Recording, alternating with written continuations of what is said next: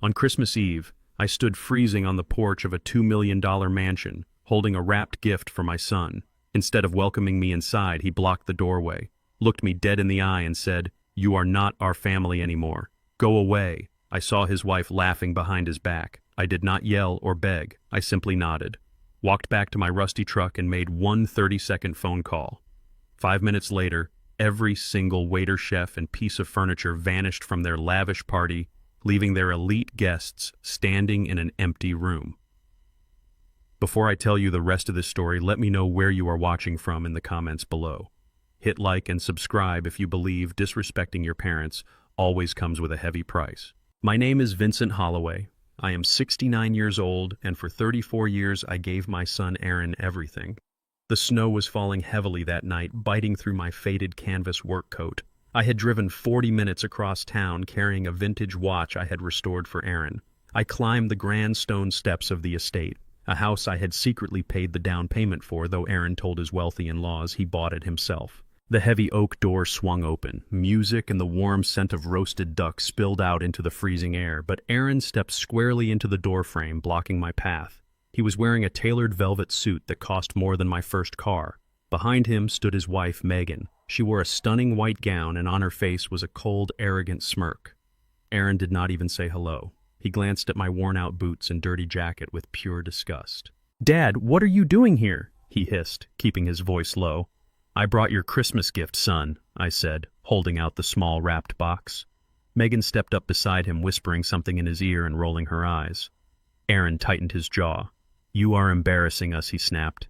"Megan's parents are hosting their country club friends tonight. You showing up looking like a janitor makes us look pathetic." I looked at the son I had raised alone after his mother Diane died.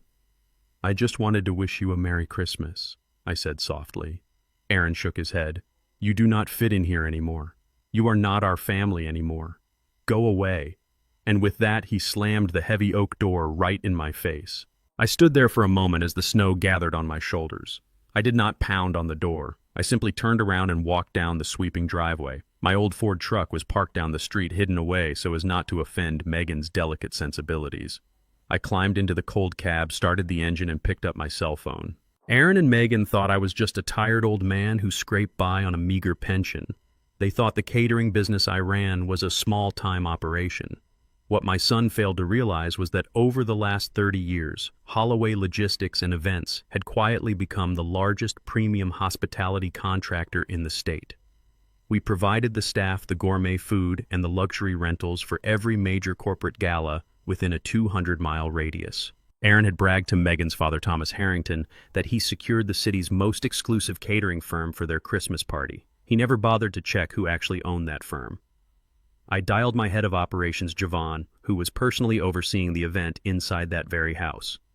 Javon picked up on the first ring. "Merry Christmas, boss," he said cheerfully. "Javon," I said, my voice steady and completely drained of emotion. "Shut it down. Pull the crew. Pull the food. Pull the chairs. Everything that belongs to us comes out right now." Javon paused for exactly 1 second before his professional tone locked in. "Understood, Mr. Holloway. Give us 5 minutes." I hung up the phone, leaned back against my worn truck seat, and watched the mansion through the falling snow. Inside the grand dining room, 70 of the city's most elite socialites were just sitting down to a 5-course holiday feast. Thomas Harrington was holding court at the head of the table, swirling a glass of imported bourbon and boasting about his supposed wealth. Aaron sat beside him, eagerly nodding along, desperate for the older man's approval. In the kitchen, Javon looked at his phone, read my text confirming the order, and blew a short, sharp whistle. The highly trained team of 40 chefs and servers stopped dead in their tracks. "Pack it up," Javon ordered. "We are leaving. Leave nothing behind." The prep cooks began rapidly wrapping the roasted meats and tossing them into thermal transport bins. Out in the dining room, a team of 10 servers marched in simultaneously. But instead of pouring wine, they began swiftly lifting the plates of food right out from under the guests' noses. "Excuse me," Thomas Harrington barked, his face turning red. "What on earth are you doing?" The servers operated with military precision without saying a word. Next came the logistics crew. They unceremoniously pulled the silk tablecloths off the long tables. Aaron jumped out of his chair, his face pale with panic. "Javon, what is going on here?" he demanded, grabbing my manager by the arm. "You cannot do this. We paid a deposit." Javon calmly detached Aaron's hand. "Sir, the owner of this company has officially canceled your contract due to a hostile environment. We are revoking all services and rental properties effective immediately." Before Aaron could process those words, the crew began taking the chairs. They literally asked the wealthy guests to stand up. Women in designer gowns gasped in horror as their velvet seats were whisked away. Within exactly 5 minutes, the mansion was stripped bare. The dining room was completely empty. No food, no drinks, no tables, no chairs. Just 70 highly influential people standing in a cold, echoing room. The illusion of Aaron and Megan's wealth was completely shattered. The silence in the mansion was absolute, broken only by the sound of the front door closing as my last crew member exited. The elite guests did not wait around for an explanation. Muttering in disgust at the sheer embarrassment of the situation, they grabbed their expensive coats and began marching out into the snow. Thomas Harrington stood in the center of the empty room, his face purple with rage. He turned to Aaron with a look of pure, unfiltered disgust, a silent confirmation of the racist contempt he had always harbored for my son. "You are a pathetic joke," Thomas spat out, walking away and leaving Aaron standing alone next to a weeping Megan. Sitting in my truck, I watched the parade of luxury cars speed away from the mansion. My cell phone lit up on the dashboard. It was Aaron. I let it ring 3 times before I answered. "Dad, what did you do?" he screamed into the receiver, his voice cracking with hysteria. "You ruined my life. I am going to destroy you." I took a slow breath, watching the snow fall. "No, son," I replied softly. "You just evicted your only safety net. Now you have to pay the rent." The phone pressed against my ear radiated the sheer heat of my son's fury. Aaron was screaming so loudly the speaker distorted his voice, making him sound like a cornered animal. He called me every derogatory name he could think of, completely ignoring the 34 years of blood, sweat, and tears I poured into raising him alone. "You vindictive, jealous old man," he shouted, his breathing ragged and heavy. "You planned this from the start. You deliberately set out to humiliate me in front of Thomas and all those powerful investors. I was about to secure a massive vice president position at his firm tonight. Those people were my golden ticket to the top, and you just made me the absolute laughingstock of the entire state." I could hear Megan crying hysterically in the background, shouting that her social life was completely destroyed and that she could never show her face at the country club again. Aaron continued his unhinged tirade, demanding to know how I managed to sabotage the catering company. He actually believed I had somehow sneaked in through the back door and paid off the staff to leave. He was so blinded by his own vanity that he still had no idea I owned the very company he had hired to impress his racist father-in-law.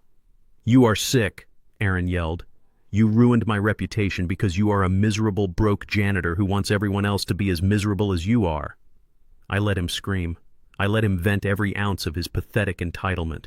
I sat in the cold cab of my Ford truck, listening to the freezing wind howl outside the frosted windows. My heart beat with a steady, calm rhythm. There was no anger left in me, no lingering resentment.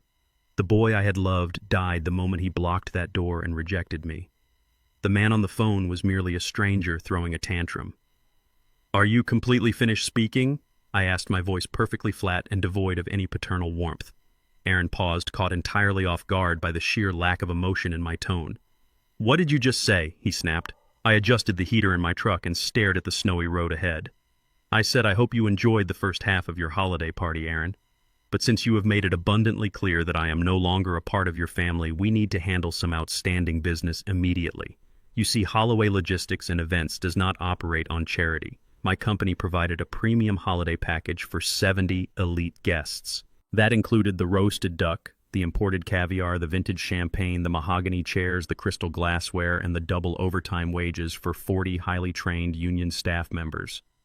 You signed a service contract with my sales director last month. I personally intervened and approved a 100% family discount on that invoice. But as you so eloquently stated on the porch earlier tonight, we are no longer related in any capacity. The family discount has just been permanently revoked. Services are free for family. Strangers pay full price." The line went dead silent for a long moment as the reality of my words slowly pierced through his thick skull. "Wait," Aaron stammered, his voice dropping an octave as confusion set in. "You own Holloway Logistics." I ignored his question and continued my cold calculation. The standard rate for a Tier 1 holiday gala on Christmas Eve incurs a massive premium surcharge. Factoring in the gourmet food consumed before the extraction and the logistical cost of an emergency pullout, your total bill comes to exactly $4,500. I expect the payment transferred to the company account by Monday morning. If the invoice remains unpaid, I will authorize my legal team to place a lien on your assets and hand the debt over to a ruthless collections agency. This is not a negotiation. It is a bill for services rendered to a client. You owe me $4,500. For a brief second, I thought I heard a genuine flicker of panic in his breathing. But Aaron had spent far too many years pretending to be a wealthy aristocrat to let reality humble him now. Instead of apologizing or asking for a payment plan, he let out a loud, arrogant laugh. It was a harsh, grating sound that echoed through the phone speakers, highlighting his sheer delusion. $4,500, he mocked his false confidence, returning in full force. Are you kidding me right now? You think a few $1,000s is going to bankrupt a man like me? You really are just a bitter, out-of-touch old man who has no idea how the real world works. Keep your stupid catering company. I do not need your pennies or your pathetic discounts. Megan and I are playing in the big leagues now. We belong in this upper tax bracket, and no petty stunt you pull is going to change our trajectory. I could hear his heavy footsteps as he paced around the massive living room of the estate. You think sending a collections agency after me is going to do anything? He continued, his tone dripping with absolute condescension. I am sitting inside a $2 million piece of prime real estate. I have massive equity. I have hard assets. If you want your pathetic little invoice paid, I will write you a check right now and throw it in the trash. Better yet, I will just sell this massive house. The real estate market is peaking right now anyway. Megan and I have been talking about upgrading to an even bigger estate in the hills closer to Thomas and his country club friends. I will put this place on the market tomorrow morning. I will take the massive profit from the sale, pay off your little catering bill, and use the rest to cut ties with you permanently. I will make sure you never see a dime of my success. You are completely dead to me. I own this mansion, and I will liquidate it just to spite you. Do not ever call this number again.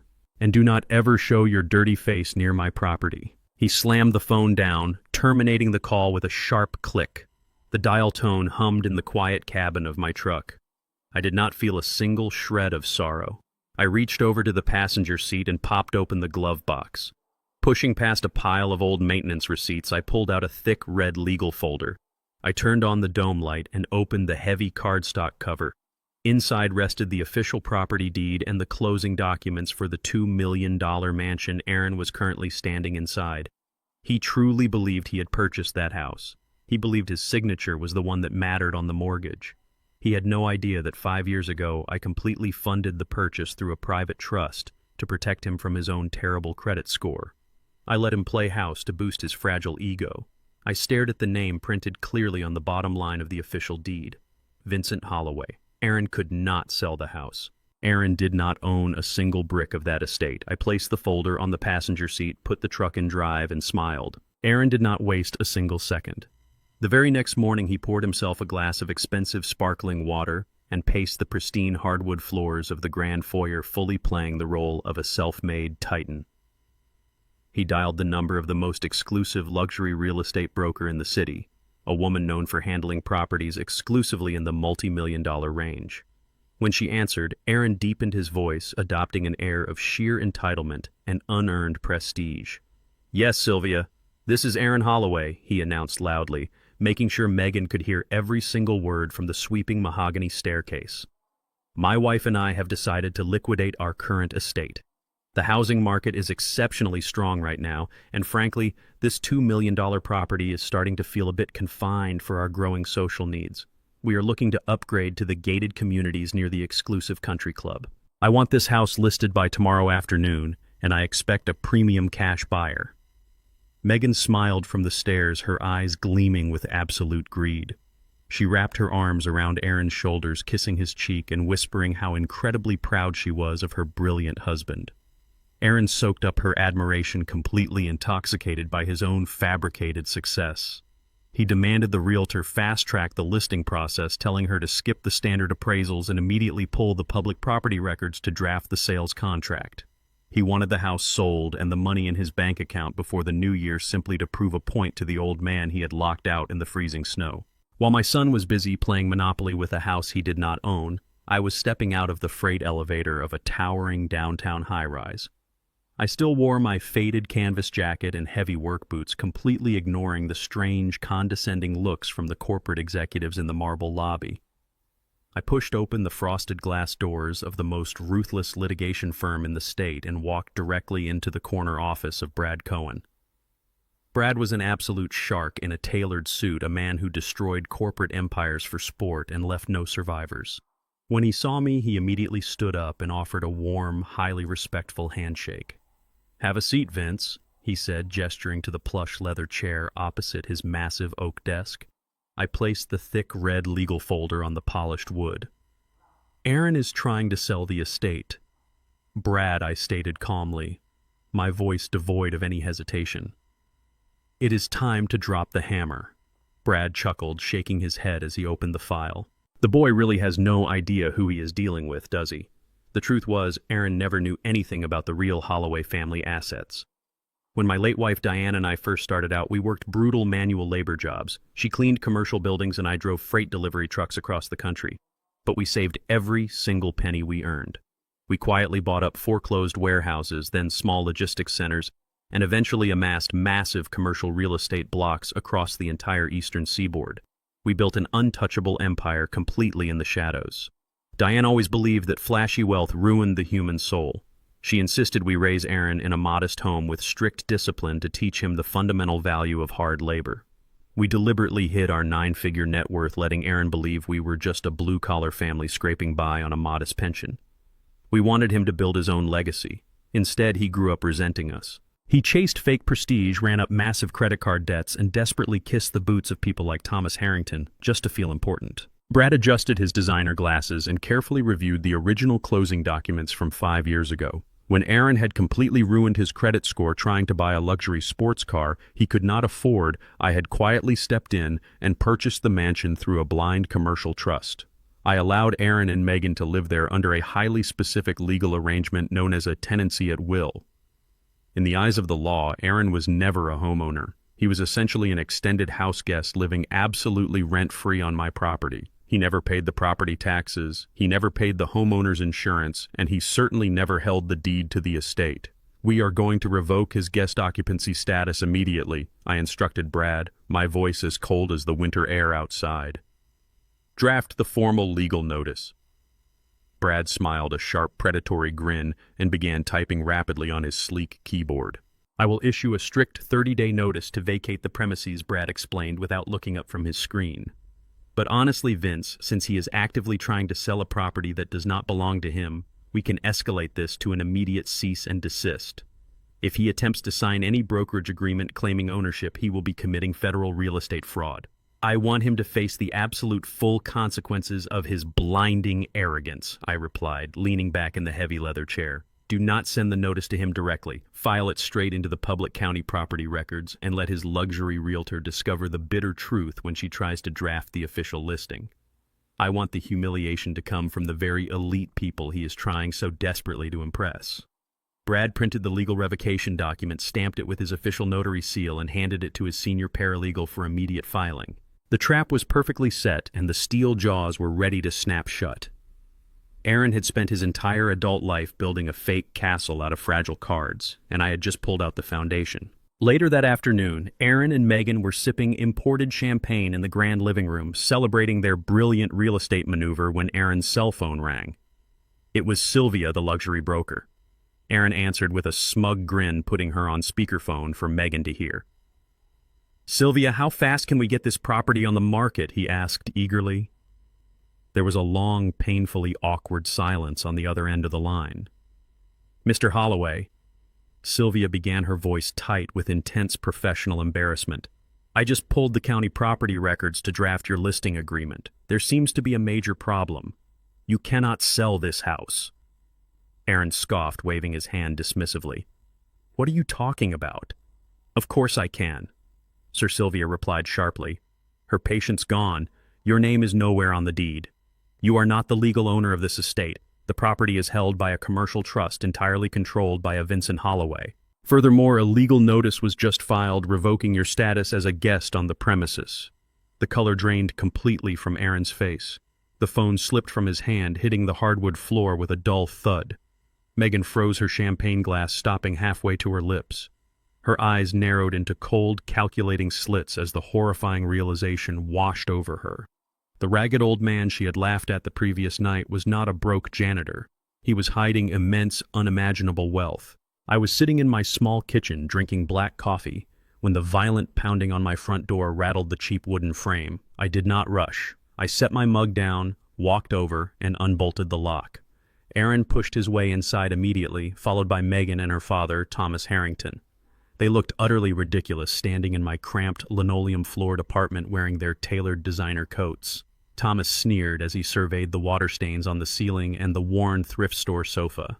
He looked at me with the exact same disdain he had shown Aaron on Christmas Eve, but amplified by a lifetime of arrogant superiority. Aaron was shaking with a mixture of rage and absolute panic.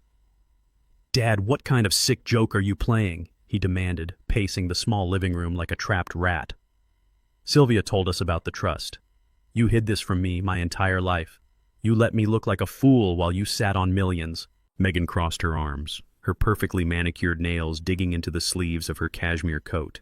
"You are a deceitful, manipulative old man," she hissed. "You intentionally humiliated us. You let us build a life in that house just to pull the rug out from under us when we finally achieved real status."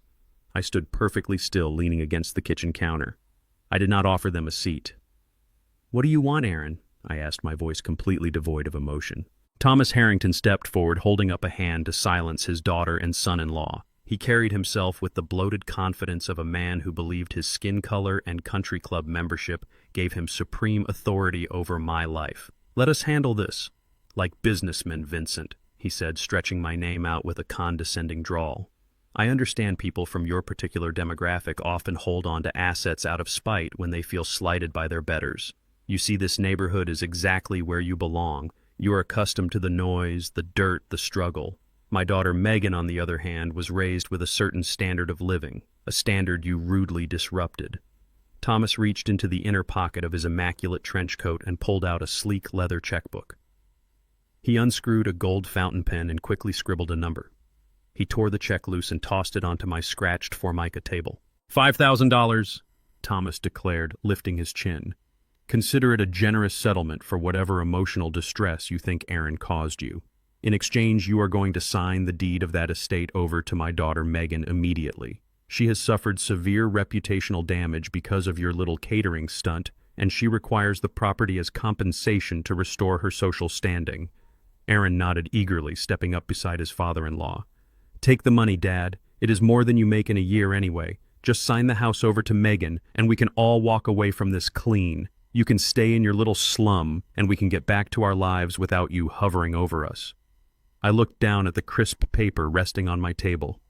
Thomas smirked, believing he had just successfully bought off a poor, uneducated laborer. He truly thought his petty cash and arrogant posturing were enough to intimidate a man who had spent 4 decades building a commercial empire from the ground up. He thought I was a desperate man looking for a handout. I picked up the check between my thumb and index finger. I looked Thomas dead in the eye, and without a single change in my expression, I tore the paper straight down the middle. I tore it again, dropping the pieces onto the floor like meaningless trash. Thomas gasped, his face flushing crimson with sudden fury. Megan let out a sharp, offended shriek. "Are you out of your mind?" Aaron yelled, stepping forward with his fists clenched. "You do not disrespect Thomas like that." I ignored the Harringtons entirely and focused my cold gaze solely on the son I had raised. "I told you on the phone, Aaron, I do not operate on charity, and I certainly do not accept bribes from bankrupt racists who think they can buy my property for the price of a cheap suit." I reached into my back pocket and pulled out a folded piece of official bank stationery. I held it out to Aaron. He snatched it from my hand, his eyes darting frantically across the typed words. "What is this?" he demanded, his voice trembling. "That is a formal notice of withdrawal from the primary guarantor." I explained, my tone completely flat. 2 years ago, you walked into a luxury dealership and tried to buy a $100,000 Porsche. Your credit was completely destroyed. The finance manager laughed you out of the office until I quietly stepped in and co-signed the auto loan through my corporate account. You have been driving that sports car around the city acting like a titan of industry. But you missed the last 2 payments, Aaron. Since you explicitly stated we are no longer family, I contacted the lending institution this morning and formally withdrew my financial backing. The loan is entirely in default. Aaron stared at the paper, the color draining from his face as the crushing reality of his financial ruin set in. Right on cue, the harsh grinding sound of heavy diesel brakes echoed from the street outside my window. I walked over to the blinds and pulled them back. A massive industrial tow truck was backing up to the curb, hooking its steel chains directly onto the front axle of Aaron's gleaming silver Porsche. Aaron let out a strangled cry and rushed to the window, pressing his face against the glass. "No, wait!" he shouted wildly, turning toward the door. But it was already too late. My working-class neighbors were stepping out onto their porches, pointing and whispering as the luxury car was hoisted into the air and towed away down the street. Aaron stood frozen in my living room, completely stripped of his fake wealth and prestige. Thomas scoffed in pure disgust, shaking his head at Aaron's utter incompetence. Megan did not yell. She stared at me with a look of pure venomous hatred before grabbing Aaron's arm and pulling him close. She leaned into his ear, her eyes locked on mine, and whispered a new, desperate plan. "If he wants to play games, we will take everything," she hissed. "Call the lawyer. We are getting him declared incompetent." 2 days after watching my son lose his luxury vehicle to a tow truck, a sharp, heavy knock echoed through my apartment. I walked over and opened the door to find a young process server standing in the hallway holding a thick manila envelope. He asked to confirm my identity, handed me the packet, and walked away down the corridor without another word. I closed the door, sat down at my cramped kitchen table, broke the seal, and spread the legal documents out across the scratched Formica surface. Aaron and Megan had actually done it. They had formally petitioned the state court for a permanent legal conservatorship over my life and my finances. Reading through the fabricated allegations felt like reading a highly insulting fiction novel. My son claimed under penalty of perjury that I was suffering from severe early-onset dementia and violent paranoia. He stated that my decision to cancel his catering contract and revoke his vehicle cosign was the direct result of a rapidly deteriorating cognitive state. The petition painted me as a confused, hostile old man who was actively destroying his own estate and desperately needed a responsible guardian to manage his massive assets. To make the petition legally binding and bypass any immediate judicial scrutiny, Aaron had attached a preliminary psychiatric evaluation. The document was officially signed by a local medical professional named Dr. Eris Thorne. According to this highly detailed and fabricated report, Dr. Thorne had concluded that my mental capacity was critically impaired, despite the fact that I had never met the man a single day in my life. Aaron was legally attempting to erase my autonomy entirely and seize total control of my bank accounts through the weaponization of the judicial system. A lesser man would have picked up the phone and screamed into the receiver. A lesser man would have driven straight to Aaron's rented apartment to confront him and Megan in a blind rage over the sheer audacity of their lies. I chose absolute silence. I did not text my son, and I did not call his greedy wife to demand an explanation. I simply picked up my phone and dialed a private number I had kept on speed dial for over 2 decades. Building Holloway Logistics into a regional commercial empire required much more than just buying freight trucks and storage warehouses. It required moving high-value corporate cargo, securing lucrative government supply contracts, and maintaining airtight internal security. To protect my business from internal theft and corporate espionage, my late wife Diane and I had built a vast network of private investigators. We kept former federal agents and elite security contractors on permanent retainer to conduct exhaustive background checks on every single warehouse manager and freight driver we ever hired. I tapped directly into that ghost network. I called my lead investigator, a retired federal agent named Silas, and gave him a single objective. I needed to know absolutely everything there was to know about Dr. Eris Thorne. I did not want to fight Aaron in a crowded family court over a fake medical diagnosis. I wanted to completely annihilate the doctor who had sold his medical license to my ungrateful son. Silas went to work immediately, deploying resources that a desperate middle management failure like Aaron could not even begin to comprehend. While my son sat in his temporary apartment anxiously waiting for a court date to steal my fortune, I sat quietly in my apartment waiting for Silas to return with the necessary ammunition. My phone remained perfectly silent. Let Aaron believe he had the upper hand. Let him believe his fraudulent paperwork was slowly tightening the noose around my neck. True power is never loud, and it never telegraphs its next move. Less than 48 hours later, Silas walked into my apartment and placed a heavy black binder on my table. Dr. Thorne was not merely a corrupt psychiatrist willing to sign a fake evaluation for a quick bribe. He was the primary architect of a massive systematic healthcare scam. Silas had uncovered a complex web of shell companies and offshore accounts linked directly to the doctor's medical practice. Thorne had been intentionally misdiagnosing perfectly healthy senior citizens with severe cognitive decline and Alzheimer's disease for the past 4 years. He used these fraudulent diagnoses to bill the federal government for millions of dollars in fake treatments and entirely unnecessary pharmaceutical prescriptions. Aaron had unknowingly walked into the clinic of a career criminal. Silas found the digital wire transfer proving Aaron had paid Thorne a $10,000 bribe using funds from a high-interest predatory loan just to fast-track my dementia paperwork. The evidence Silas gathered was absolute and undeniable. It included forged patient records, illegal billing codes, and a clear financial paper trail connecting Aaron's payment directly to Thorne's hidden offshore accounts. I did not take this black binder to the local family court judge hoping for a favorable ruling. A local judge might simply dismiss the conservatorship petition and issue a stern warning to my son, leaving him free to try another scheme. I wanted total permanent destruction of their leverage. I had my corporate legal team package the entire investigative dossier into a pristine, highly secure digital file. We bypassed the local authorities entirely and submitted the undeniable proof directly to the regional field office of the Federal Bureau of Investigation, specializing in major healthcare fraud. We handed the federal government a multi-million-dollar slam-dunk case on a silver platter. I sat back and watched the clock, waiting for the inevitable hammer to drop on Aaron's pathetic legal strategy. The strike was swift and absolutely merciless. Early Tuesday morning, heavily armed federal agents raided the clinic of Dr. Eris Thorne. He was arrested on federal racketeering and severe Medicare fraud charges. His medical license was suspended immediately, making every single psychological evaluation he had ever signed legally void. When the date for the conservatorship hearing finally arrived, Aaron stood before the judge wearing a cheap suit, fully expecting to be handed the keys to my empire. Instead, the judge slammed his gavel down in utter disgust. The judge threw the entire conservatorship case out, citing Thorne's highly publicized federal indictment, and sharply warned Aaron that any further attempts to file fraudulent medical documents would result in his own immediate arrest for perjury. The legal route was completely dead. Aaron walked out of the courtroom trembling in absolute defeat, realizing he was completely powerless against me. But Megan did not accept the loss. Realizing they could not steal my wealth through the rigid legal system, she stood on the courthouse steps and pulled out her smartphone. Her eyes narrowed with pure venom as she opened her social media accounts, preparing to wage a new kind of war in the unpredictable court of public opinion. Megan did not even wait to leave the courthouse plaza. Standing right there on the concrete steps with the freezing wind blowing her perfectly styled hair, she pulled out her phone and hit record. Within an hour, the video was uploaded to every major social media platform available.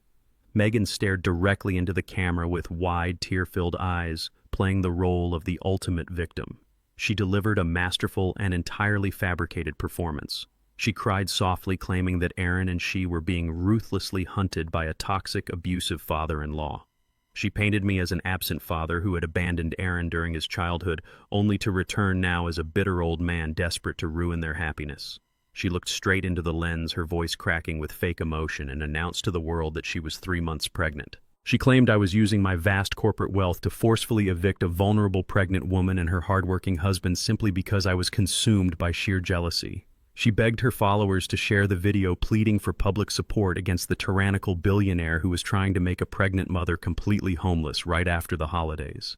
The internet thrives on outrage, and the video exploded like a powder keg. Within 24 hours, it had racked up millions of views. Thousands of strangers who knew absolutely nothing about my life were flooding the comments, calling me a monster, demanding my businesses be boycotted, and sending death threats to my corporate email. Megan sat back and watched the chaos unfold, believing the sheer pressure of public humiliation would force me to surrender to her demands immediately. She severely miscalculated my resolve. I did not issue a public statement to defend myself. I did not hire a crisis management team to combat the viral backlash, and I certainly did not engage in pointless online arguments with angry teenagers on the internet. Public opinion is a fragile and meaningless currency that holds no real power in the actual world. I simply forwarded the video to Brad Cohen and instructed him to add it to the growing mountain of evidence for future defamation proceedings. I turned off my phone notifications and poured myself a cup of black coffee. The digital noise meant absolutely nothing to me. My focus was already locked onto a much more tangible target, which was Aaron's professional career. My son worked as a senior sales director for a prominent logistics software firm in the downtown financial district. Aaron had spent the last 2 years desperately kissing the boots of his corporate superiors, spending thousands of dollars he did not have on expensive golf club memberships and luxury dinners just to secure a massive promotion. He was currently the leading candidate for the vacant vice president of sales position. He believed this new executive title, combined with a massive 6-figure salary bump, would finally validate his fake image and solve his mounting financial disasters. What Aaron did not know was that his software firm relied heavily on massive charitable tax deductions to maintain their corporate profit margins. Every single year, the firm hosted a highly publicized gala to fund a minority youth scholarship program intended to help underprivileged teenagers afford college tuitions. It was the crown jewel of their corporate social responsibility initiative. Aaron had specifically volunteered to manage the accounts for this charity fund, assuming it would look excellent on his executive resume and guarantee his upcoming promotion. He assumed no one was actually monitoring the internal ledgers of a tax write-off. He assumed wrong. I put on my best tailored suit, bypassing the faded work jacket for the first time in weeks, and instructed my driver to take me directly to his corporate headquarters. I bypassed the reception desk entirely and walked straight into the executive suite of the chief executive officer. The CEO was a stern older man named Richard who valued his company reputation above all else. When he saw me step into his office, he immediately stood up and extended his hand with deep respect. Richard and I had known each other for over a decade. He knew exactly who I was. Holloway Logistics was the single largest buyer of his software in the entire state. Beyond our massive commercial contracts, I was also the primary anonymous donor for their highly publicized Minority Youth Scholarship Fund. I personally supplied over 80% of the charity capital every single year. Richard offered me a seat and a cup of premium coffee, completely unaware of the storm I brought with me. I declined the coffee and placed a thick blue folder directly onto his pristine glass desk. "Richard," I said, my voice dead calm, "I need you to review these financial records immediately." He opened the folder and adjusted his glasses. Inside were the audited bank statements for his company charity fund, cross-referenced with the private investigation files Silas had compiled over the past 48 hours. Richard stared at the numbers, the color draining from his face as the crushing reality set in. The documents proved beyond a shadow of a doubt that his star employee, Aaron Holloway, had been systematically embezzling thousands of dollars from the charity account. Over the past 8 months, Aaron had secretly funneled over $40,000 from the Minority Youth Scholarship Fund directly into a shell company he created to pay off his massive credit card debts and fund his luxury lifestyle with Megan. Richard looked up at me, his hands shaking with absolute fury and profound embarrassment. "Vince," he stammered, "I had no idea. We trusted him. He is your son. I expected him to operate with your level of integrity." "My son is a thief, Richard," I replied, my tone completely devoid of any parental sympathy. "He stole money intended to put underprivileged kids through college so he could buy expensive suits and lease a sports car. I am the primary benefactor of that fund, and I will not allow my money to finance his pathetic vanity. I expect this situation rectified immediately. If Aaron remains employed at this firm by the end of the day, I will pull all of my commercial contracts, and I will publicly expose this massive corporate oversight to the federal regulators." Richard swallowed hard, recognizing the sheer gravity of the threat. "You have my word, Vince," he said, reaching for his desk phone. "I am calling security right now to handle this mess." Aaron was sitting in his corner office, smiling at his computer screen and daydreaming about his massive new promotion when the heavy wooden doors swung open. Richard walked in, accompanied by 2 large armed security guards. The CEO did not offer a single word of explanation. He simply threw the blue folder onto Aaron's desk and ordered the guards to seize his company laptop. Aaron panicked, stammering wildly as the guards forced him out of his expensive leather chair and marched him through the busy corporate floor. His colleagues stared in absolute shock as their golden boy was humiliated and escorted entirely out of the building without a second glance. Standing on the cold sidewalk in the freezing rain, Aaron realized his life was completely ruined. He had no job, no promotion, and no way to pay his mounting debts. His fake wealth had completely vanished. Desperate, broke, and cornered like a rat, a dark, dangerous idea formed in his mind. He remembered the thick, red legal folder I kept in my glove box. He He remembered the heavy iron safe hidden in the back of my apartment closet. He decided to break in and steal the deed to the mansion tonight. The freezing rain from the afternoon had turned into a bitter midnight sleet by the time Aaron pulled his rental car into the dark alley behind my apartment building. It was exactly 2 a.m. He wore a dark hooded sweatshirt pulled tight over his head, a pathetic attempt to conceal his identity from the security cameras he assumed were absent in this neighborhood. He was completely unaware that I had upgraded the entire building surveillance network months ago, capturing his every move in high definition. Aaron walked up the rusty fire escape stairs, his expensive shoes slipping slightly on the icy metal grating. He reached the back door and pulled out a tarnished brass key.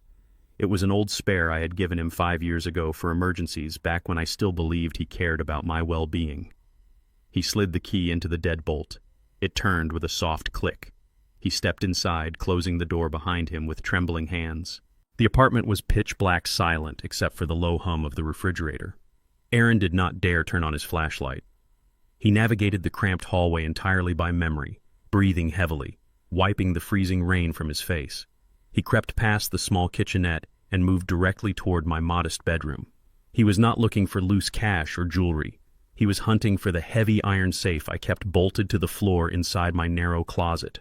He firmly believed the original deed to the mansion and the master documents for my commercial trust were locked inside that iron box. He dropped to his knees, pulling a heavy steel crowbar and a flathead screwdriver from his backpack, his hands shaking with cold and absolute desperation. I sat perfectly still in the velvet armchair positioned in the darkest corner of the bedroom.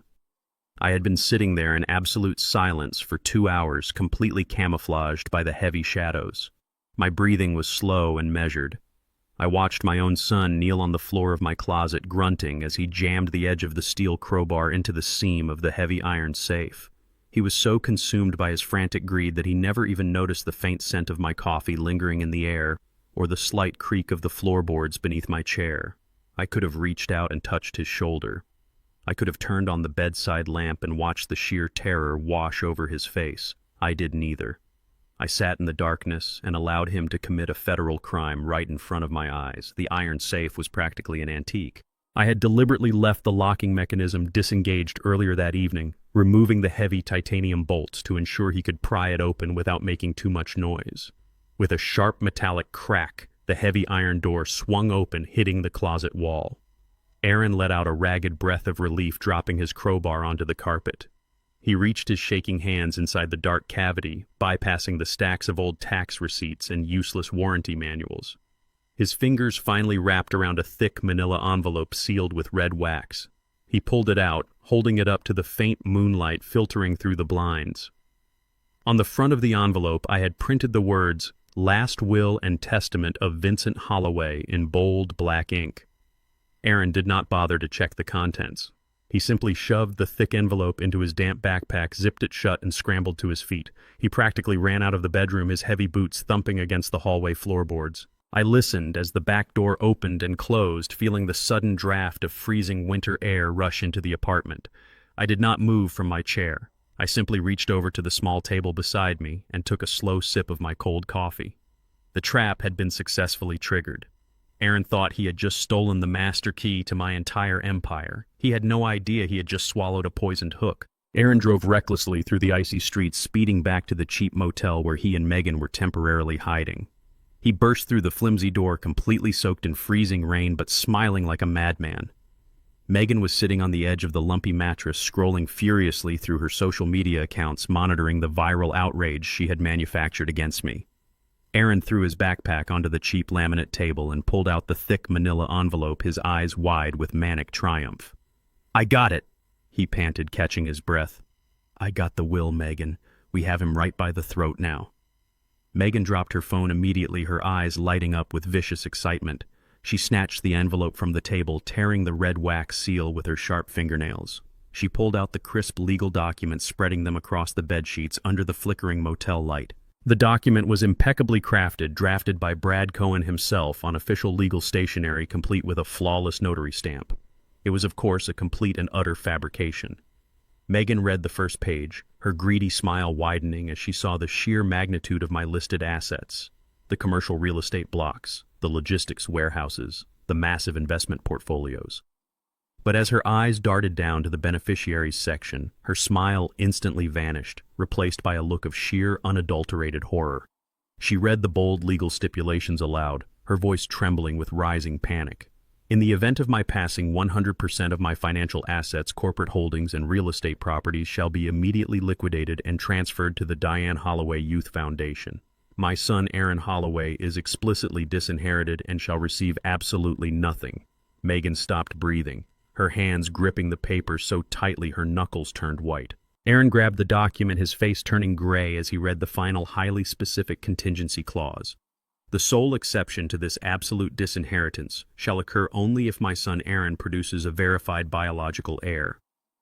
In the event of a legitimate grandchild, the entire estate shall be placed into a locked trust for the child, effectively bypassing Aaron and Megan entirely until the child reaches adulthood. The crushing reality of the document hit Megan like a freight train. She realized her viral video claiming she was pregnant had accidentally backed her into a terrifying corner. A baby was her absolute only ticket to securing my massive fortune. Without a child, she would be left completely destitute, permanently tied to a broke, unemployed husband with no future. The problem was, Megan was not pregnant. She had completely fabricated the pregnancy to gain social media sympathy and manipulate the public. Staring at the fake will, her cold, calculating mind quickly formulated a vicious new strategy. If she could not produce a biological heir, she would weaponize the fake pregnancy to extort me directly. The very next morning, Megan drove herself to the local emergency room. She threw herself onto the lobby floor, screaming and crying in fake agony, claiming the severe emotional trauma and stress inflicted by her abusive father-in-law had caused her to suffer a tragic miscarriage. Hours later, Brad Cohen received a highly aggressive legal demand from a cheap ambulance-chasing lawyer. Megan was officially threatening to sue me for $1 million in a wrongful death lawsuit due to stress unless I settled out of court immediately. The extortion letter from Megan's cheap attorney was immediately followed by a direct phone call from her father.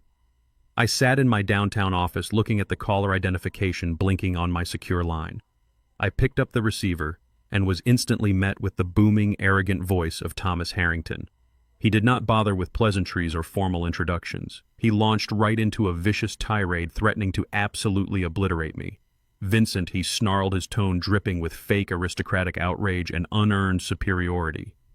You have officially crossed the line. Your reckless behavior and cruel treatment caused my daughter to lose her child and my future grandchild. You are going to pay the $1 million settlement by the end of the week, or I am unleashing the full might of Harrington Industries. I will deploy my entire corporate legal team to bleed you dry until you have nothing left. We are a billion-dollar enterprise, and I will personally fund a lawsuit so massive it will bury you and your pathetic little catering company permanently. I will make sure you spend the rest of your miserable life rotting in a jail cell for wrongful death. I held the phone away from my ear, letting him exhaust his lungs and spew his venom. He honestly believed his loud barking and empty threats would intimidate me into writing a massive check to make him go away. I simply told him I look forward to seeing his elite lawyers in court and hung up the phone. Less than an hour after Thomas hung up, my office door swung open. Brad Cohen strode in carrying a thick black binder. He dropped it onto my desk with a heavy, satisfying thud. Brad wore a sharp, predatory smile that meant he had just uncovered something absolutely devastating. You are going to love this, Vince, Brad said, taking a seat and adjusting his custom suit jacket. I had our forensic accounting team dig into the great Thomas Harrington and his supposed billion-dollar corporate empire. I opened the binder and began scanning the highlighted financial summaries. When Diane and I first started building our commercial real estate portfolio, we learned very quickly how to spot a fake. We learned that the loudest people in the room usually have the emptiest pockets.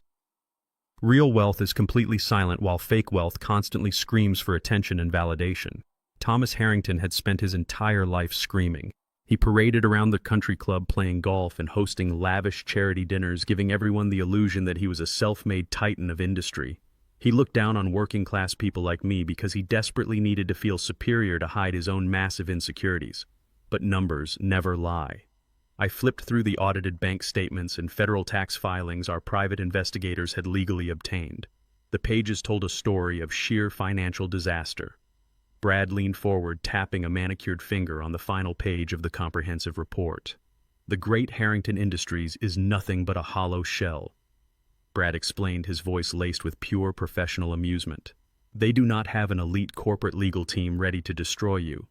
They do not even have a functioning human resources department. The company is completely dead in the water and Thomas is drowning fast.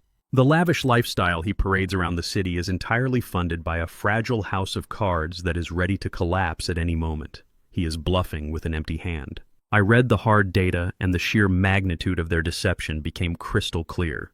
Harrington Industries had quietly filed for Chapter 11 bankruptcy over 2 years ago. Thomas had made a series of disastrous, highly leveraged investments in outdated manufacturing facilities and lost absolutely everything. His corporate accounts were completely frozen by federal regulators. His multiple luxury properties were heavily mortgaged to the brink of immediate foreclosure, and his precious country club membership was currently suspended due to years of unpaid dues. The Harringtons were entirely broke. They were surviving solely on rapidly expanding credit lines and predatory loans, desperately maintaining their wealthy facade while searching for a permanent financial lifeline. That was exactly why they targeted my son. Megan did not marry Aaron out of genuine love or mutual respect. She married him because her father had done a basic background check and discovered the name Holloway attached to massive commercial logistics contracts. Thomas mistakenly believed that Aaron was the sole heir to a massive blue-collar fortune.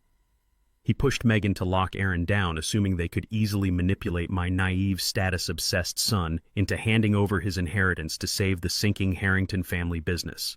They viewed Aaron as their personal piggy bank. When Aaron moved them into the $2 million mansion, Thomas assumed their financial rescue was completely secure. That explained why Megan was so desperate to fake a pregnancy when she read the forged will. It also explained why Thomas was now trying to extort me for $1 million using a cheap ambulance-chasing lawyer.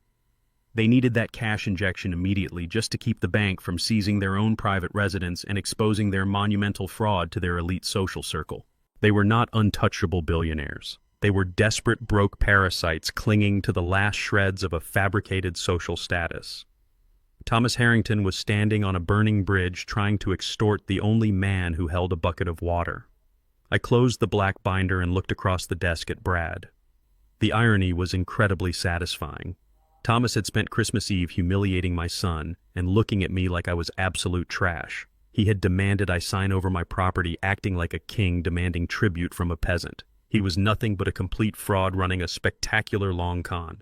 Now his lies were entirely laid bare on my desk, and I held the ultimate power to end his masquerade once and for all. I slid the binder back toward Brad and gave him his next set of strict instructions. Contact the primary lending institutions holding the Harrington mortgages and corporate loans I commanded. I want you to set up a blind shell company by the end of the day. Use my private capital to purchase every single ounce of Thomas Harrington's toxic debt. Buy the mortgages, buy the business loans, buy the credit lines, buy it all. Do whatever it takes and pay whatever premium they demand to acquire those notes immediately. Brad grinned widely, gathering the documents and nodding in strict compliance with my orders. By tomorrow morning, Vince, you will literally own the man and everything he falsely claims to possess. I stood up and walked over to the floor-to-ceiling window overlooking the sweeping city skyline. Thomas Harrington wanted to play ruthless corporate warfare to protect his spoiled daughter. He was about to find out exactly what a real hostile takeover looked like. I was now officially his largest and most unforgiving creditor. He thought he could threaten my family and extort my wealth without any consequences. I would show him the true price of his arrogance. Thomas Harrington stood at the center of the grand ballroom of the city's most exclusive country club, holding a crystal flute of imported champagne. He was completely unaware that the very ground beneath his expensive Italian leather shoes was rapidly crumbling into dust. He had spared absolutely no expense for this particular gala, renting out the entire luxury venue and hiring a professional string quartet to play softly in the background. It was the ultimate display of fabricated wealth, designed specifically to secure the fragile illusion of his dying empire. He gathered his wealthy friends, elite investors, and socialite neighbors around the main stage, tapping his glass with a silver spoon to command their undivided attention. Aaron stood right beside him wearing a tailored tuxedo that Megan had bought on a maxed-out high-interest credit card. My son puffed out his chest, soaking in the admiring glances of the high society crowd. He looked like a man who had finally reached the absolute pinnacle of success, completely oblivious to the fact that he was boarding a sinking ship. Ladies and gentlemen, Thomas announced, his voice booming through the microphone with sickening arrogance. Tonight, we are not merely celebrating the continued prosperity of Harrington Industries. We are officially welcoming new blood into our royal dynasty. I am incredibly proud to announce that my brilliant son-in-law, Aaron Holloway, is joining our executive board as the new Director of Logistics and Acquisitions. The crowd erupted into polite applause. Aaron smiled blindingly, reaching out to shake his father-in-law's hand. Thomas was publicly tying Aaron to his bankrupt company, desperately hoping my son's imaginary inheritance would legally absorb the massive debts Harrington Industries was drowning in. It was a pathetic, hollow coronation for a desperate king with no actual kingdom to rule. I did not bother waiting for an invitation to my son's fake coronation. I pushed through the heavy mahogany doors of the grand ballroom, letting them slam shut with a loud, echoing thud that instantly cut through the polite applause and the soft classical music. I was not wearing a tuxedo. I wore the exact same faded canvas work jacket and scuffed steel toe boots that I had worn for the last 20 years. The heavy boots left faint traces of dirt on the pristine white marble floor as I walked slowly and deliberately down the center aisle.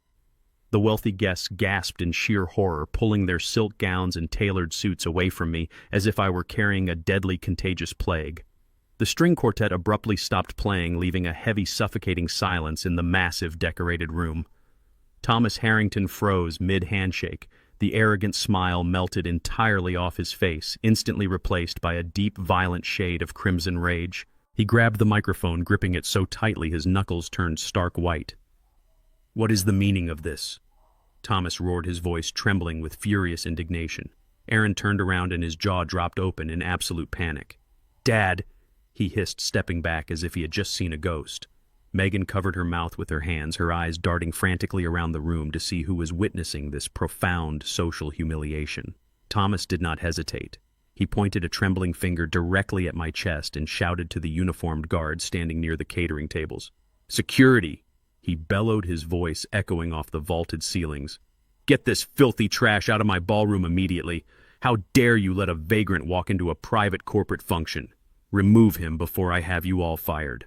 Two large security guards in dark suits immediately stepped forward, reaching for their radios and moving aggressively toward me to physically drag me out of the building.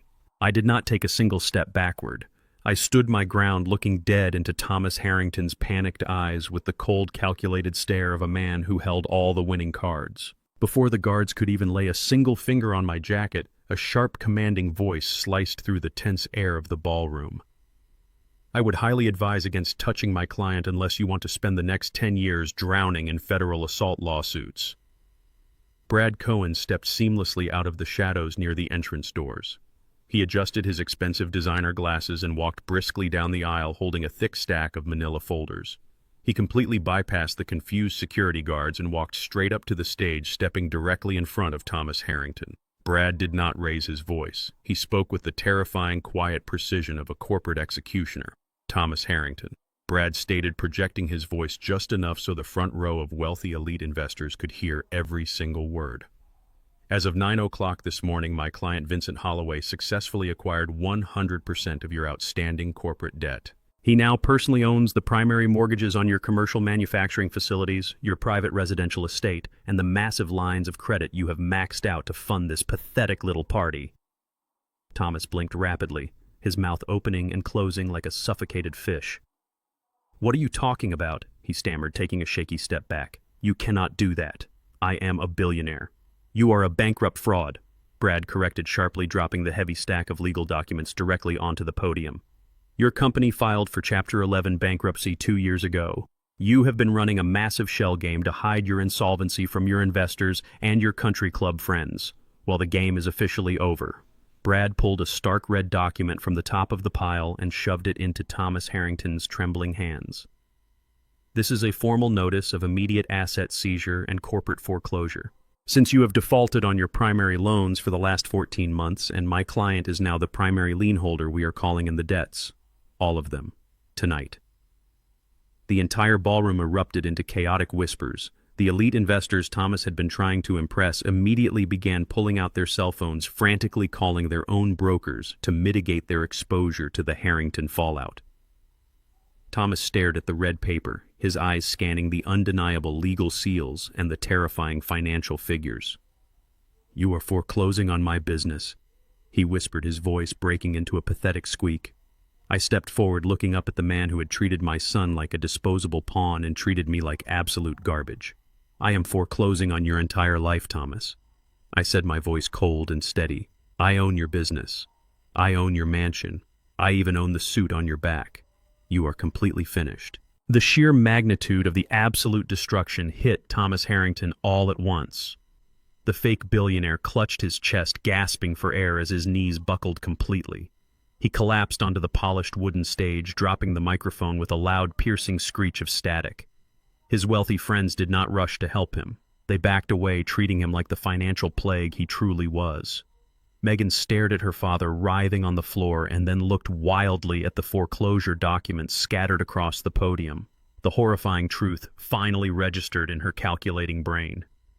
Her family was entirely destitute. They had no empire left to save. She spun around to face Aaron, her eyes wide with desperate realization. Aaron had no trust fund. He had no inheritance.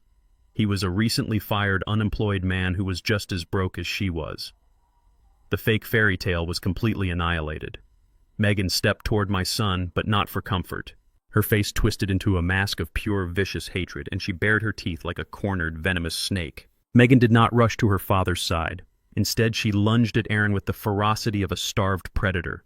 She slammed both her hands into his chest, pushing him backwards so violently he nearly tripped over the microphone cord. "You lied to me," she screamed, her voice tearing through the horrified silence of the ballroom. "You let us believe you were the heir to a logistics empire. You let my father burn his last line of credit on this pathetic gala thinking you could bail us out." Aaron held his hands up in a desperate attempt to calm her down, stammering that they could figure it out together. "There is no together!" Megan shrieked, her pristine facade completely shattering into sheer ugliness. "I only married you because of that imaginary inheritance. Did you really think a woman of my standing would willingly marry a broke, pathetic black man with a fake corporate title and absolutely zero assets?" The racial slur hung in the air, heavy and vile, confirming every single suspicion I ever had about the Harrington family. The remaining elite guests gasped, covering their mouths in shock. Megan did not care about the audience anymore. She frantically pulled the massive diamond engagement ring off her finger, a ring I had secretly paid off when Aaron defaulted on the jeweler credit account. She threw it directly at Aaron's face with all her strength. The heavy diamond struck his cheekbone, leaving a sharp red mark before bouncing into the shadows. "I am done with you," she spat out, turning her back on him completely. Aaron stood completely frozen in the center of the grand stage. The heavy blow of the diamond ring against his face was nothing compared to the absolute psychological destruction of Megan's words. His entire fabricated universe collapsed right in front of his eyes in a matter of seconds. The wealthy elite investors he had spent years trying to impress were actively recording his profound humiliation on their smartphones, whispering and pointing as the remaining security guards finally rushed in to tend to a hyperventilating Thomas Harrington. Aaron had no job, no mansion, no sports car, and now no wife. He had spent his entire adult life running away from his own heritage, from his own working-class father, desperately chasing the validation of people who secretly viewed him as nothing more than a convenient financial tool. Now he was completely stripped bare. His tailored tuxedo suddenly looked like a cheap costume on a frightened little boy. Aaron slowly turned his head to look at me. His eyes were wide, filled with a terrifying mix of sheer panic and profound realization. The arrogant sneer he had worn on Christmas Eve was entirely gone, replaced by the trembling bottom lip of a broken man who had just watched his house of cards incinerate into ash. He stumbled down the wooden steps of the stage, his knees buckling slightly as he walked toward where Brad Cohen and I stood. Tears began streaming down his face, ruining his carefully groomed image. He did not care about the cameras anymore. He did not care about his fake social standing. He reached his trembling hands out toward me, his chest heaving with desperate, ragged sobs. "Dad," he cried out, his voice cracking with intense, unbearable agony. "Dad, please. Please, you have to help me. I have absolutely nothing left. They took my job, they took my car, and now she is leaving me. Please, Dad, I am begging you. Do not let them throw me out into the street. You have all this power, all these companies. You can make this nightmare stop with one phone call. Just forgive me for Christmas. I will do whatever you want. I will work in your warehouses. I will scrub the floors. Just do not leave me here with them." I looked at the tears streaming down my son's face. Decades ago, when he would scrape his knee on the driveway or wake up crying from a bad dream, my immediate instinct was to rush forward, wrap my arms around him, and shield him from the cruelties of the world. Diane and I had shielded him from the brutal realities of poverty, of racism, of the grueling manual labor that built our empire. We gave him a soft, comfortable life, and in return he grew up despising us for not being flashy enough. Now, as he reached out his hands to me begging for financial salvation, I felt absolutely nothing. The paternal instinct to protect him had been completely severed the night he blocked the door of my mansion and told me I was not good enough to breathe the same air as his racist in-laws. I took a slow, deliberate step backward, ensuring there was a clear physical boundary between us. My face remained a mask of pure, cold indifference. "You are asking the wrong man for a bailout, Aaron," I said, my voice steady and completely devoid of emotion. "You made your choice when you decided to worship a family of broke parasites instead of respecting the father who built everything you ever had." Aaron fell to his knees on the marble floor, sobbing openly, clutching at the hem of my faded canvas jacket. "Dad, no, please do not do this to me. I am your son," he wailed. I gently but firmly pulled my jacket free from his grasp. "I am not your family," I replied, looking down at his pathetic, trembling form. "You said it yourself on Christmas." I turned my back on him. I did not look at Thomas Harrington grasping his chest on the stage. I did not look at Megan storming out of the ballroom. I simply nodded to Brad Cohen, who gathered his legal folders and followed me toward the heavy mahogany exit doors. The sound of Aaron's desperate weeping echoed through the massive hall, but I did not stop walking. I pushed the doors open, stepped out into the freezing night air, and breathed in the crisp, clean scent of absolute closure. I had excised the tumor that was destroying my legacy. The cold wind bit at my face, but I felt warmer than I had in years. I climbed into the back of my waiting town car, leaving the smoking ruins of the Harrington dynasty far behind me. Aaron was left kneeling on the ballroom floor, completely abandoned by every single person he had ever trusted. He spent that entire night wandering the freezing city streets, his mind rapidly fracturing under the crushing weight of his monumental failure. By sunrise, his profound sorrow had metastasized into blind, psychotic rage. He was utterly convinced that I owed him my wealth, that he was legally entitled to the commercial empire I had kept hidden from him. Driven to sheer, absolute madness, he remembered the thick manila envelope he had stolen from my iron safe. He had no idea the document inside was a meticulously crafted decoy designed by Brad Cohen to spring an inescapable legal trap. Aaron rushed back to his cheap motel, grabbed the forged last will and testament, and sprinted directly to the downtown civil courthouse the second the doors opened. He slammed the stolen document onto the probate clerk's desk, his eyes wild and bloodshot, demanding immediate and total control of the Holloway estate, screaming that he was the rightful heir and that his father was mentally compromised. He believed the piece of paper was his ultimate salvation. He was about to willingly step into a federal snare from which he would never escape. The heavy wooden doors of the downtown civil courthouse swung open just after 8 in the morning. Aaron stormed down the center aisle of the courtroom looking completely unhinged. His tailored tuxedo from the disastrous gala was wrinkled and stained with dried rain. He clutched the thick manila envelope against his chest like a life preserver. Bypassing the standard filing protocols, he marched directly up to the clerk's podium, positioned right beneath the bench of the presiding probate judge. Judge Harrison, a strict, no-nonsense magistrate, looked over his reading glasses in sheer annoyance at the sudden interruption. Aaron did not apologize or ask for permission to speak. He slammed the forged last will and testament onto the polished mahogany desk with a loud, echoing smack. "I demand an emergency injunction," Aaron declared, his voice shrill and frantic. "My name is Aaron Holloway, and I am the sole legal heir to the Holloway commercial estate. My father, Vincent Holloway, is suffering from severe cognitive decline and is actively destroying our family assets. I have his official will right here.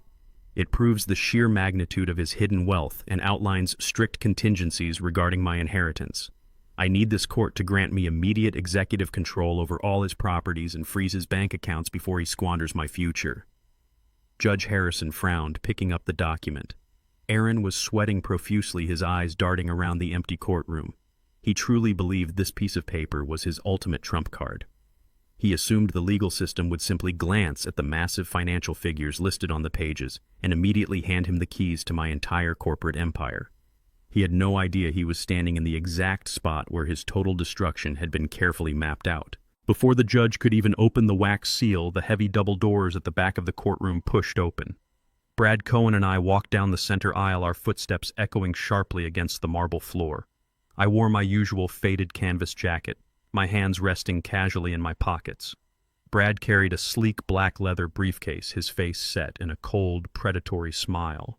We approached the plaintiff's table, moving with absolute calculated calm. "Your Honor," Brad announced, his voice slicing through the tense air of the courtroom. "I am Brad Cohen, representing Mr. Vincent Holloway, the man currently standing beside me. We received a notification that an emergency probate hearing was being attempted regarding my client's estate." Judge Harrison looked from Brad to the document and then down at Aaron. "Mr. Holloway," the judge addressed my son sternly, "you are bringing a highly sensitive legal document before this court, claiming it dictates the immediate transfer of massive commercial assets. I must ask you directly and for the official court record, do you swear under penalty of perjury that this document is a genuine legally binding instrument and that it was obtained through lawful means?" Aaron did not even hesitate. Blinded by his own desperate greed, he glared at me with pure venom and turned back to the judge. "Yes, Your Honor." Aaron lied, his voice ringing loud and clear for the court reporter to transcribe. "I swear this is his official will. I found it legally within his residence. It is absolutely genuine, and it proves he has been hiding millions from me while acting completely erratic." Brad did not object. I did not interrupt. We stood in perfect silence, allowing Aaron to dig his own grave. We let the court reporter type every single syllable of his sworn testimony. He had just officially lied to a sitting judge, completely cementing his own criminal liability. Aaron smirked at me, believing my silence meant I was defeated.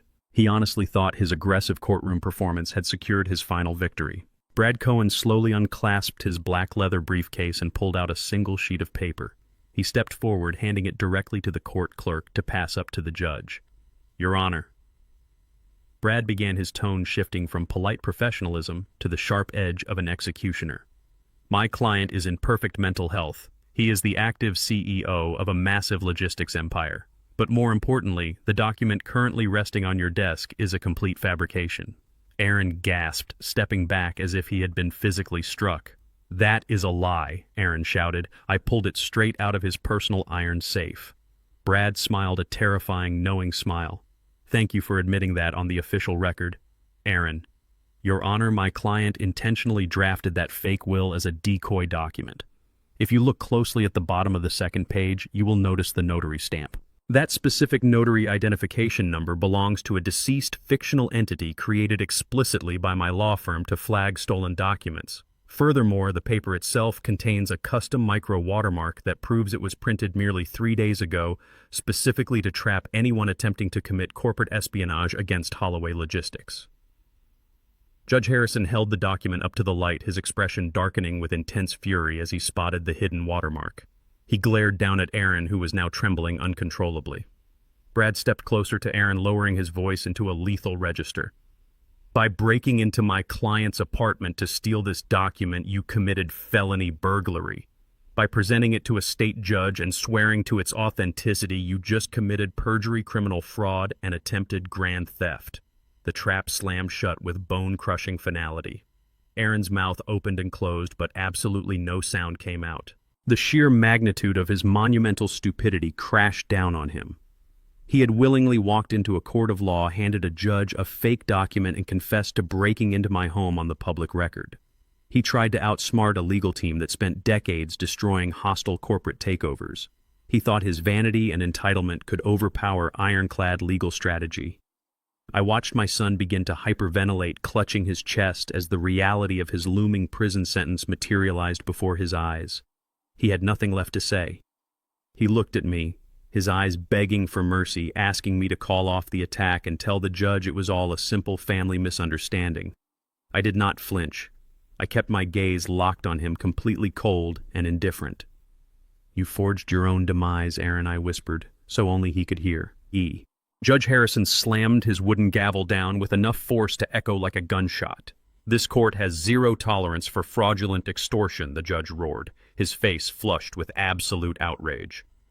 "Aaron Holloway, you have attempted to weaponize this judicial system to steal from your own father. I am dismissing this petition with extreme prejudice." The judge grabbed his pen and rapidly signed a stack of official orders.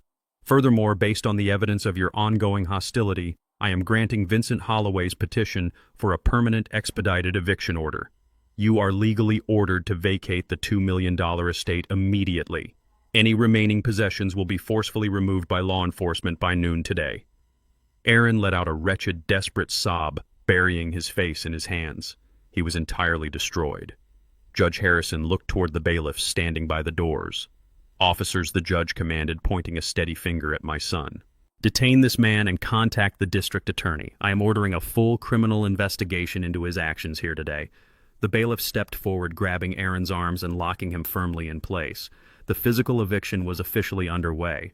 Following the judge's immediate order, Aaron was briefly processed and released pending a formal grand jury indictment. He frantically grabbed a cab and raced back to the $2 million estate, hoping to salvage his most valuable possessions before the deadline. But the wheels of justice were already turning faster than he anticipated.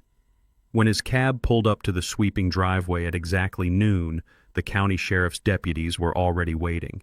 Two massive patrol cruisers were parked on the pristine cobblestones, their lights flashing in the cold winter air. Aaron bolted out of the cab, screaming that he needed time to pack.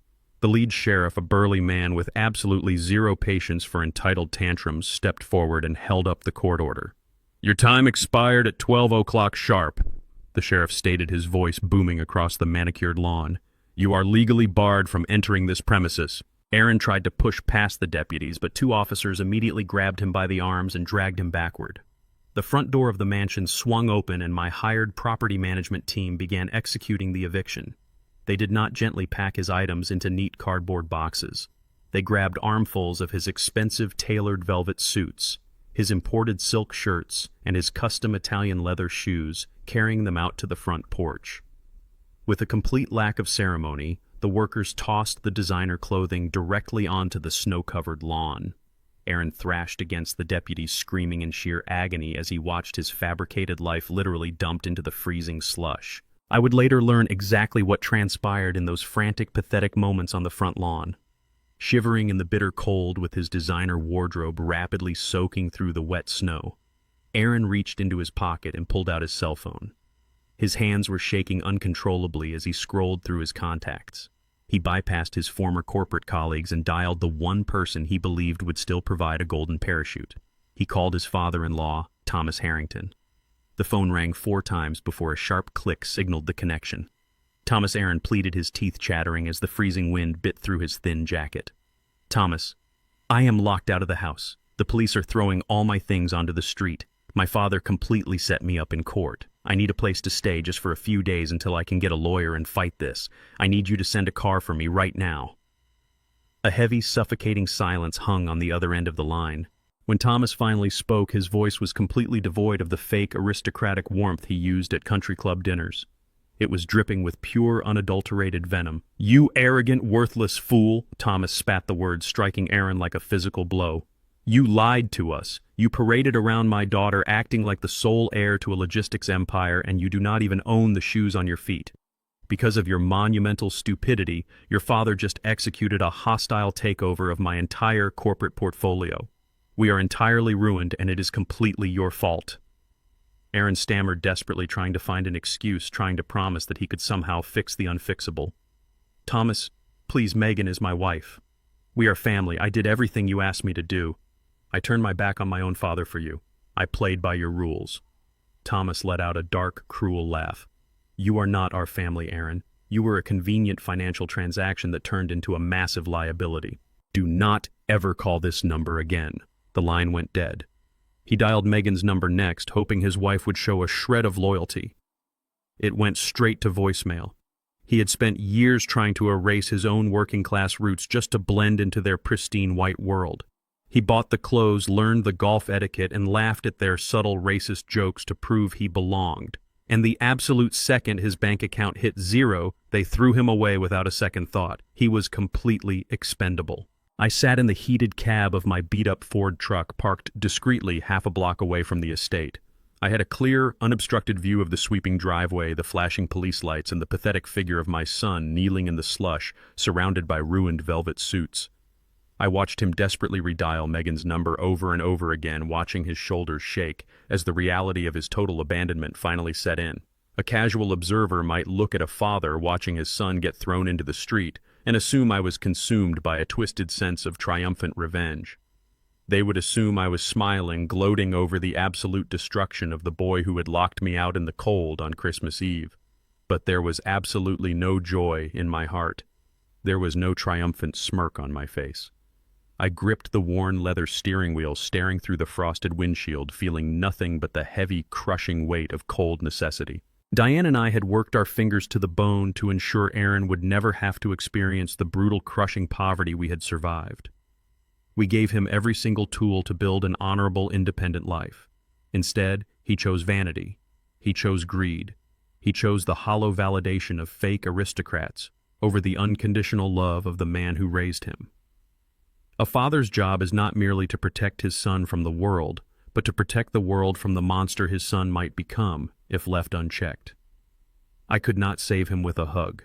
If I had stepped out of the truck right then, walked over to the lawn and offered him a warm coat and a ride home, he would have learned absolutely nothing.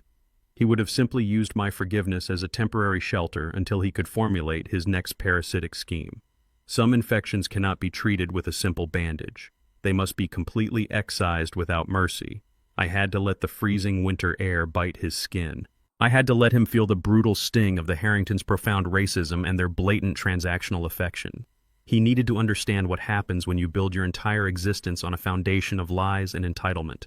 I put the truck in drive, shifting my gaze away from the mansion. The lesson was incredibly harsh, but it was the only way to save whatever fragmented soul he had left. I slowly pulled away from the curb, leaving Aaron completely alone in the snow. As the tail lights of my truck disappeared down the icy suburban street, Aaron sat shivering violently among the frozen silk shirts and ruined designer coats. The sheriff deputies had retreated to the warmth of their cruisers, leaving him entirely alone to deal with his monumental failure. He pulled his knees to his chest, his teeth chattering uncontrollably, wondering how he was going to survive the night with no money and nowhere to go. Suddenly, his cell phone vibrated violently in his freezing hand. The screen illuminated the dark driveway, casting a harsh white glow over his pale face. It was not a message from Megan offering forgiveness or a lifeline. It was a high-priority automated email notification from the county family court system. Aaron opened the encrypted attachment, his blood running completely cold. Megan had formally filed for a highly aggressive contested divorce. She was not just legally severing their marriage. Her ruthless attorney had filed a motion demanding permanent spousal support, claiming Aaron had intentionally defrauded her into marriage. She was actively preparing to rip him apart in open court and demand exactly half of the imaginary fortune she still believed he was hiding. Aaron sat in a cheap motel reading the digital summons, shivering from the cold that still clung to his bones. Megan was not simply walking away from the marriage. She was attempting to financially execute him. Her ruthless attorney filed a motion demanding $10,000 a month in permanent spousal support, citing her accustomed lifestyle and alleged severe emotional trauma. The legal filing went a step further into sheer delusion. Megan formally demanded exactly 50% of any future inheritance Aaron might receive from my estate. She firmly believed that Aaron could somehow sue me for his rightful share of Holloway logistics, and she wanted her half guaranteed in writing. She attached a sworn affidavit claiming she was completely destitute after her tragic miscarriage, blaming Aaron for the extreme marital stress that supposedly caused the loss of their child. She was banking on the fact that a sympathetic family court judge would look at a grieving mother and grant her access to my corporate assets through Aaron. She wanted to bleed him dry and use him as a legal funnel to siphon my wealth. Aaron was completely paralyzed. He had absolutely zero income, no savings, and no way to hire a defense attorney to combat her high-powered legal assault. He was staring down the barrel of a lifetime of crippling debt, shackled to a woman who despised him. She sent him a taunting text message from her father's burned-out country club promising to drag his name through the mud if he did not sign the settlement. She wanted him to beg me for the money, treating him like a disposable pawn in her war against my bank accounts. He thought he was entirely alone in this fight. He had no idea I was already dismantling her strategy from the shadows. I had explicitly told Aaron I was no longer his family, but I was not about to let a parasitic fraud like Megan Harrington attach herself to my financial legacy. Her lawsuit was a direct threat to my commercial trust because she was actively attempting to pierce the corporate veil by linking Aaron to my assets. I called Silas, my lead investigator, back into my office and handed him a copy of Megan's aggressive divorce petition. I pointed specifically to the paragraph where she detailed her supposed miscarriage. I told Silas to tear her medical history completely apart. I needed absolute proof that her entire victim narrative was a calculated extortion plot. Silas utilized his extensive network of legal loopholes and private contacts within the healthcare system. Since Megan had formally submitted her miscarriage claim as a primary factor in a civil lawsuit, she effectively waived her standard medical privacy rights regarding that specific event. Brad Cohen immediately filed a highly aggressive subpoena demanding the hospital release the emergency room intake forms, the attending physician's notes, and the blood work from the day she claimed to have lost the child. Megan and her chief attorney fought the subpoena tooth and nail, filing emergency motions to block the release of the records under the guise of protecting her emotional trauma. They stalled for 2 weeks, but Brad was a corporate shark who did not take no for an answer. He brought the matter before a strict civil judge, arguing that if Megan wanted financial compensation for a medical event, she had to legally prove the event actually occurred.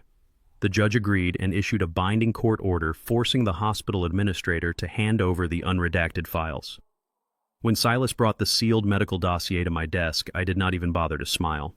I opened the folder and read the official diagnostic report signed by the emergency room doctor. Silas had highlighted the specific intake codes and the definitive blood test results. Megan had marched into the emergency room screaming about a lost pregnancy, but the biological reality printed on the hospital letterhead told a vastly different story. I instructed Brad to prepare for court. The morning of the divorce hearing, the courtroom was suffocatingly tense. Aaron sat alone at the respondent's table wearing a cheap off-the-rack suit, looking entirely defeated. Megan sat across the aisle wearing a demure black dress, dabbing her eyes with a tissue, playing the role of the shattered, grieving mother to absolute perfection. Her attorney stood up and delivered a passionate opening statement demanding maximum alimony and a direct claim to my corporate assets to compensate for her devastating loss. Brad Cohen calmly walked into the courtroom, completely uninvited by Aaron, but officially representing the Holloway Commercial Trust, which Megan had specifically targeted in her filing. Brad approached the bench and handed the judge the sealed medical dossier we had successfully subpoenaed. "Your Honor," Brad stated, his voice echoing sharply in the quiet room. "The plaintiff has based her entire financial demand on severe emotional distress stemming from a recent miscarriage. However, the official hospital records obtained via court order proved definitively that the plaintiff was never pregnant." The judge ripped open the seal and scanned the doctor's notes. Megan froze, her fake tears drying up instantly as the blood drained entirely from her face. Brad continued his relentless assault. The emergency room blood tests indicate absolutely zero trace of the pregnancy hormone. The attending physician explicitly noted that Mrs. Harrington was suffering from a minor panic attack and a completely fabricated physical event. She manufactured a fake pregnancy to manipulate my client's son, and she manufactured a fake miscarriage to extort my client's corporate estate. The judge glared down at Megan, his face turning a deep shade of crimson. "You have committed perjury and attempted financial extortion in my courtroom," the judge roared. He slammed his gavel down, throwing out her entire petition for spousal support and dismissing her claims to any Holloway assets with extreme prejudice. Furthermore, the judge slapped Megan with a massive civil fine for severe judicial fraud and ordered her to pay every single cent of the legal fees incurred by the defense. Her attorney immediately backed away from her, visibly horrified by the blatant deception that could cost him his own license. Megan was left weeping real tears this time, facing a mountain of legal debt with absolutely no way to pay it. As the bailiff formally escorted a sobbing Megan out of the courtroom, Aaron remained sitting at the defense table in complete stunned silence. The sheer gravity of his entire situation finally crashed down on him with crushing, unbearable weight. The judge finalized the absolute dissolution of the marriage, leaving Aaron officially divorced from the woman who had manipulated his every move. He walked out of the downtown courthouse into the biting winter wind with nothing but the cheap suit on his back. He had no job to return to. He had no luxury vehicle waiting at the curb. He had no $2 million mansion to sleep in. He was entirely stripped of the fake aristocratic identity he had spent years trying to cultivate. Standing on the frozen concrete, shivering and utterly broken, Aaron realized the profound magnitude of his monumental stupidity. Every single person he had tried to impress had discarded him like actual garbage. He looked down at his empty hands, the bitter cold stinging his skin, and finally understood the true cost of his blinding vanity. He had absolutely nothing left in the world except the memory of the working-class father he had so callously betrayed on Christmas Eve. A relentless winter downpour pounded the pavement of the industrial district, turning the streets into freezing rivers. Aaron stood completely soaked outside the towering iron gates of the Holloway Logistics and Events corporate headquarters. For 34 years he had assumed my business was run out of a dingy rented garage. Now looking up through the torrential rain at the massive 5-story glass and steel facility stretching across a 2-block compound, he finally grasped the sheer magnitude of the empire he had thrown away. The glowing blue letters of my company logo illuminated the dark storm clouds above, acting as a crushing reminder of his monumental ignorance. He shivered violently in the cheap, off-the-rack suit he had worn to the courthouse, the fabric now clinging to his skin like a wet paper bag. He had been standing outside the main security checkpoint for 4 grueling hours, entirely ignored by the armed guards in the gatehouse who had strict orders not to let him pass. He was completely out of options. His phone was nearly dead, his stomach was entirely empty, and the reality of his homelessness was setting in. As the massive iron gates began to slowly slide open, signaling the end of the corporate workday, Aaron stepped directly into the middle of the exit lane, planting his feet in the freezing puddles, waiting for my vehicle to appear. My armored black town car slowly approached the security checkpoint, its headlights cutting through the heavy sheet of rain. As the driver tapped the brakes to clear the gate, Aaron suddenly broke past the security perimeter and threw himself directly in front of my front bumper. The driver slammed on the brakes, skidding slightly on the wet asphalt. Aaron did not move out of the way. Instead, he dropped straight to his knees, plunging directly into the freezing, muddy water. He raised his hands in the air, pressing his palms together in a dramatic, desperate plea for salvation. I instructed my driver to unlock the doors, and I stepped out into the torrential storm, refusing the umbrella my security chief immediately offered. I walked slowly toward the front of the vehicle, the heavy rain soaking my canvas jacket, looking down at the son who had locked me out in the snow on Christmas Eve. Aaron looked up at me, his face streaked with a pathetic mixture of rainwater and tears. "Dad," he wailed, his voice cracking with artificial agony over the roar of the storm. "Dad, please, you have to forgive me. I was completely brainwashed. Megan and Thomas manipulated my mind. They made me feel so small and ashamed of where we came from. They used me to try and steal your money. I never wanted to hurt you. I am a victim of their toxic racism and their corporate greed." He crawled forward on his knees, splashing through the dirty puddles, trying to grab the hem of my pants. "I have absolutely nothing left, Dad. I am starving. I am freezing. I know I messed up, but I am your son. You cannot just leave me out here to die in the street. I will do anything you want. Give me a job in the warehouse. Let me load the freight trucks. Let me sweep the floors at night.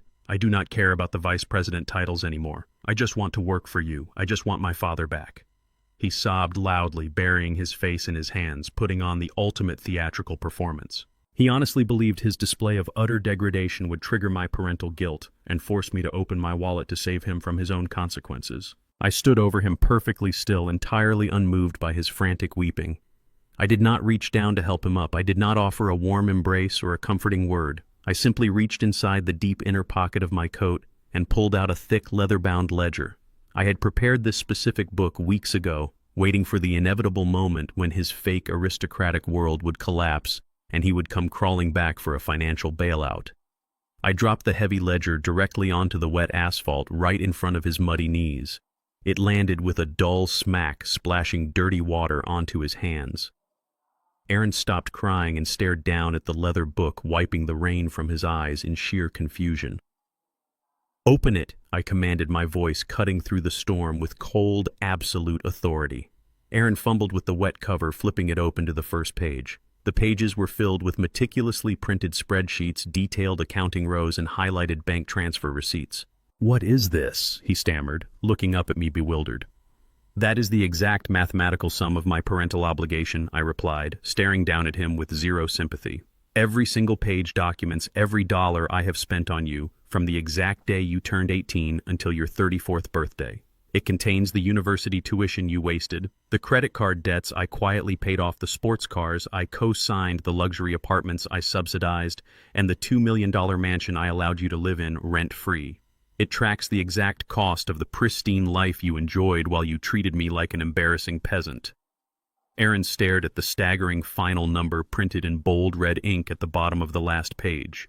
The sum was astronomical, representing over a decade of ungrateful financial parasitism. You stand here crying, blaming Megan and blaming the Harringtons for your choices, I continued, my tone dropping into a lethal register. But no one forced you to lock me out of my own property. No one forced you to steal a fake will from my safe. You made those choices because you are fundamentally greedy. I bought your past. You are responsible for your future. I turned my back on him and walked straight back to my car. I climbed into the back seat and instructed the driver to move forward. Aaron scrambled out of the way, clutching the wet leather ledger to his chest, watching my taillights disappear into the dark, rainy city. The crushing realization that I would never rescue him again settled deep into his bones. His pathetic manufactured sadness instantly evaporated, violently replaced by a toxic, blinding fury. He stood up in the freezing rain, his teeth gritting with pure hatred. If I refused to give him my wealth voluntarily, he decided he would burn my entire reputation to the ground and force a massive financial settlement out of court. Aaron pulled his waterlogged phone from his pocket and frantically searched the internet for the name of a notoriously sleazy tabloid journalist known for publishing unverified corporate scandals and destroying executives for a quick payout. Aaron dialed the number, his eyes narrowing with vicious intent. He was prepared to sell a completely fabricated story painting me as a corrupt slumlord who built a logistics empire on illegal labor and domestic abuse. He was ready to destroy his father permanently. Aaron sought out a tabloid journalist known for publishing sensational corporate takedowns. Sitting in a cheap diner wearing clothes that had seen better days, he spun a wild tale. He painted me not as a father teaching a lesson, but as a tyrannical slumlord, a ruthless billionaire who crushed small businesses and abused his own family. He offered the journalist an exclusive inside look into the corrupt empire of Holloway Logistics, promising fabricated documents to back his claims. The journalist, smelling blood in the water, eagerly drafted the exposé. Aaron believed he had finally found his weapon, the perfect public execution. He thought he was being clever, but he was entirely predictable. I knew about the tabloid interview before the journalist even finished typing the first draft. I did not issue a defensive press release or send cease and desist letters. A public defense only validates the accusation. Instead, I gave the media a much larger, much more enticing target. I authorized Silas to release the Harrington files, the complete devastating dossier we had compiled on Thomas Harrington and his bankrupt empire.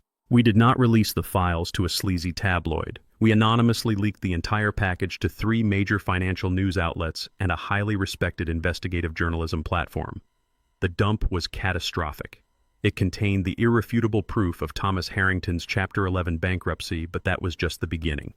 The files also contained internal corporate emails, leaked audio recordings, and testimonies from former employees detailing years of blatant systemic racism within Harrington Industries.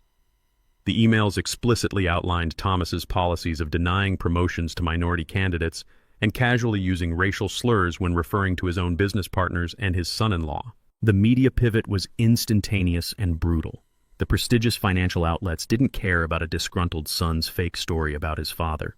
They cared about the spectacular collapse of a prominent socialite and the exposure of his deeply ingrained bigotry. The tabloid that had promised Aaron the front page immediately killed his story.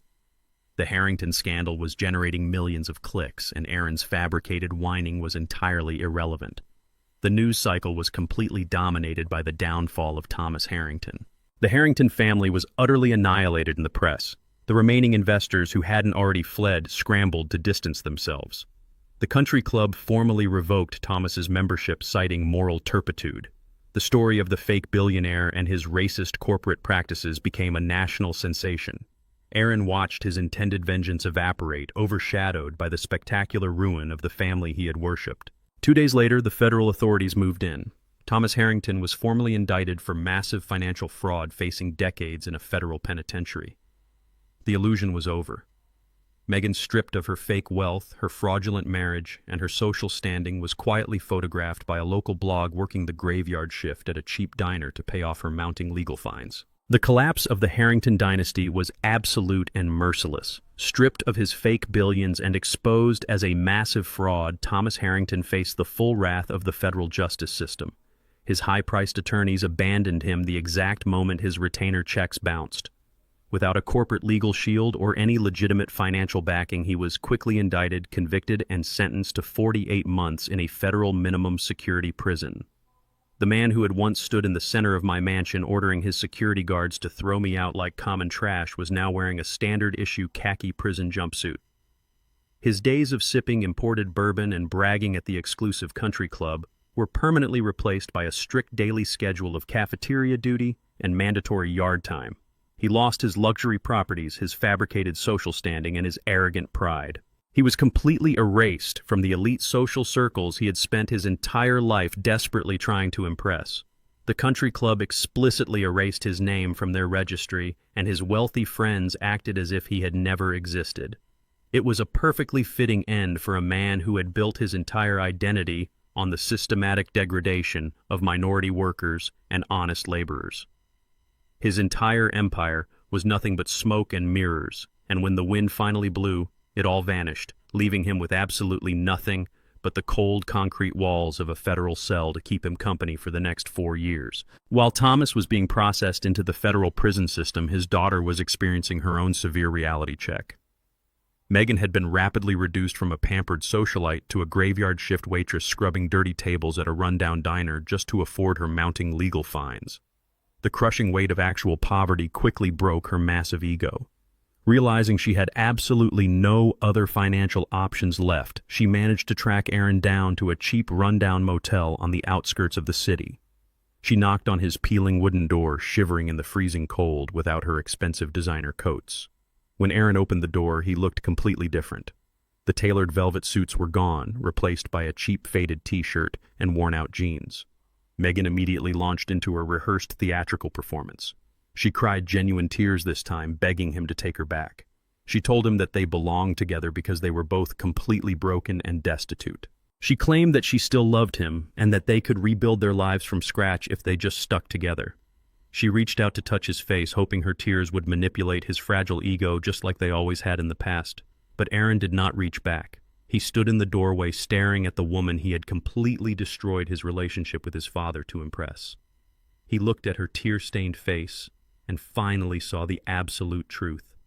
He saw a desperate parasitic fraud who only wanted him because she had completely run out of wealthy victims. For the first time in his entire adult life, Aaron did not desperately seek her validation. He did not apologize, and he did not try to play the role of the rich savior. He looked her dead in the eye and spoke with a cold, steady clarity he had never possessed before. "We do not belong together, Megan," Aaron said, his voice devoid of any affection. "You only want me now because you have absolutely no one else left to use. I ruined my entire life trying to be good enough for your fake racist family. I am done playing your games." Aaron stepped back into his dark motel room and firmly shut the door right in her face, leaving her completely alone in the freezing parking lot. He finally severed the toxic anchor that had dragged him into the abyss. With the illusion of his elite status completely shattered, Aaron had to face the brutal reality of survival. He had no glowing corporate resume, no executive references, and an active eviction on his public record. The only job he could secure was a grueling minimum wage position at a local freight distribution center, working the overnight shift. It was a massive, drafty warehouse smelling of diesel fumes and damp cardboard. For 10 agonizing hours a night, Aaron hauled heavy wooden pallets and manually loaded industrial shipping containers. The physical labor was absolutely punishing. During his very first week, his soft, manicured hands blistered and cracked open. His muscles screamed in agonizing pain, and his lower back ached so deeply he could barely stand up straight when the morning siren finally rang. He spent his short breaks sitting on the cold concrete floor, eating cheap sandwiches and staring at his calloused, bleeding palms. It was in those quiet, grueling moments of sheer physical exhaustion that the profound reality of my life finally hit him. He looked at his own bleeding hands and suddenly understood the decades of brutal, back-breaking labor I had endured to provide him with a soft, comfortable childhood. He realized that the money he had so casually wasted on luxury cars and velvet suits was directly earned through the exact same bone-crushing sweat and pain he was experiencing now. I had sacrificed my own body to ensure he would never have to lift a heavy crate, but he had thrown that incredible privilege away out of sheer ungrateful vanity. He finally grasped the sheer magnitude of his disrespect, but to his absolute credit, he did not quit the job. For the first time in his life, he did not run away when things became difficult. He taped up his bleeding fingers, put his heavy work gloves back on, and returned to the loading dock.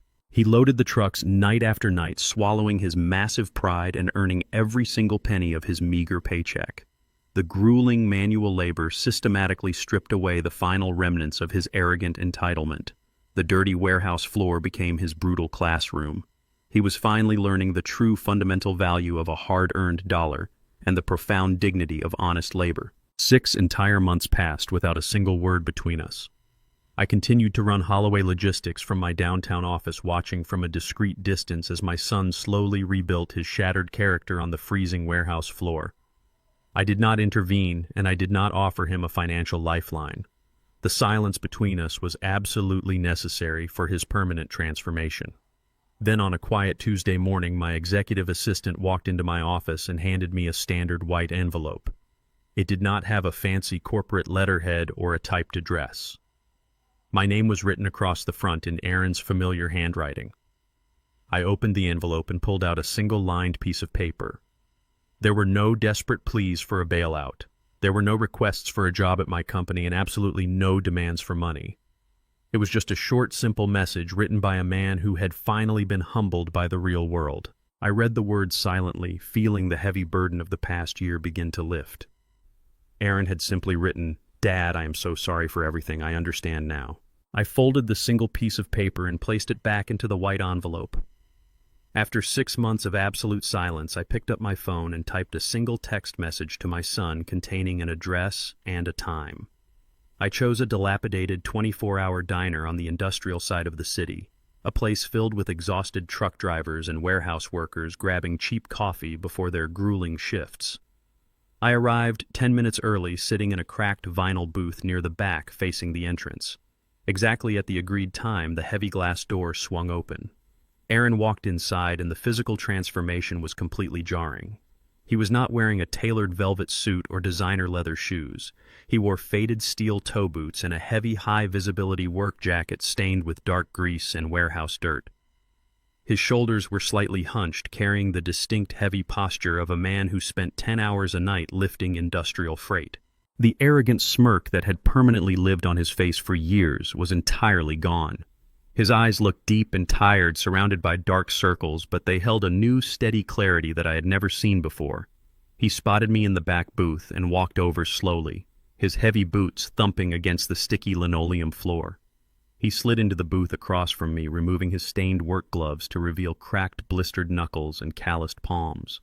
He looked down at his ruined hands and then looked directly into my eyes without an ounce of his former entitlement.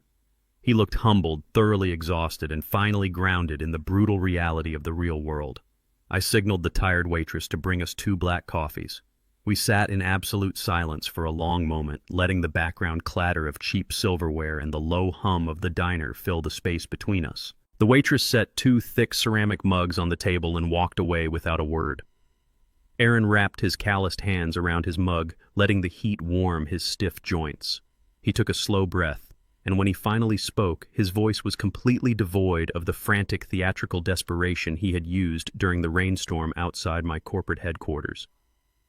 "Dad," he began, his tone quiet and intensely sincere. "I am not here to ask you for a job. I am not here to ask you for a loan or a place to live. I can pay my own rent now. It is just a tiny room above a laundromat, but I pay for it with money I earned with my own 2 hands. He paused, looking down at the black coffee reflecting the harsh fluorescent lights of the diner. "I wrote that letter because I needed you to know that I finally see exactly what I became. For years I was completely blinded by my own disgusting vanity. I hated our background. I hated the idea of manual labor. I wanted so desperately to be a part of the elite world that I completely sold my soul to Thomas and Megan. I let them make racist jokes about our heritage, and I just smiled and nodded because I was terrified of losing my fake status. I worshipped their fabricated prestige, and in the process I treated the only man who actually loved me like absolute garbage. He lifted his gaze, meeting my eyes with unflinching honesty. I locked you out in the freezing snow on Christmas Eve to impress a family of broke racist parasites. I stole from you. I tried to strip away your rights in a courtroom. I blamed you for my failures because I was too weak to look in the mirror. Aaron swallowed hard, his voice cracking slightly, but he did not cry. He maintained his composure, accepting the full crushing weight of his actions. Working on that freezing loading dock every night, I finally understood what you sacrificed to give me a soft life. I threw your sacrifice back in your face. I know an apology does not fix the damage I caused. I know I cannot undo the betrayal. But I needed to sit across from you, look you in the eye, and tell you that you were right about everything. I am profoundly sorry, Dad, for all of it. I listened to his confession without interrupting. I scrutinized his face, searching for any lingering trace of manipulation, any subtle angle designed to extract a financial favor. I found absolutely nothing. For the first time in his 34 years on this earth, my son was speaking to me as a completely accountable adult. He was no longer playing the victim, and he was no longer searching for a golden parachute to rescue him from his own choices.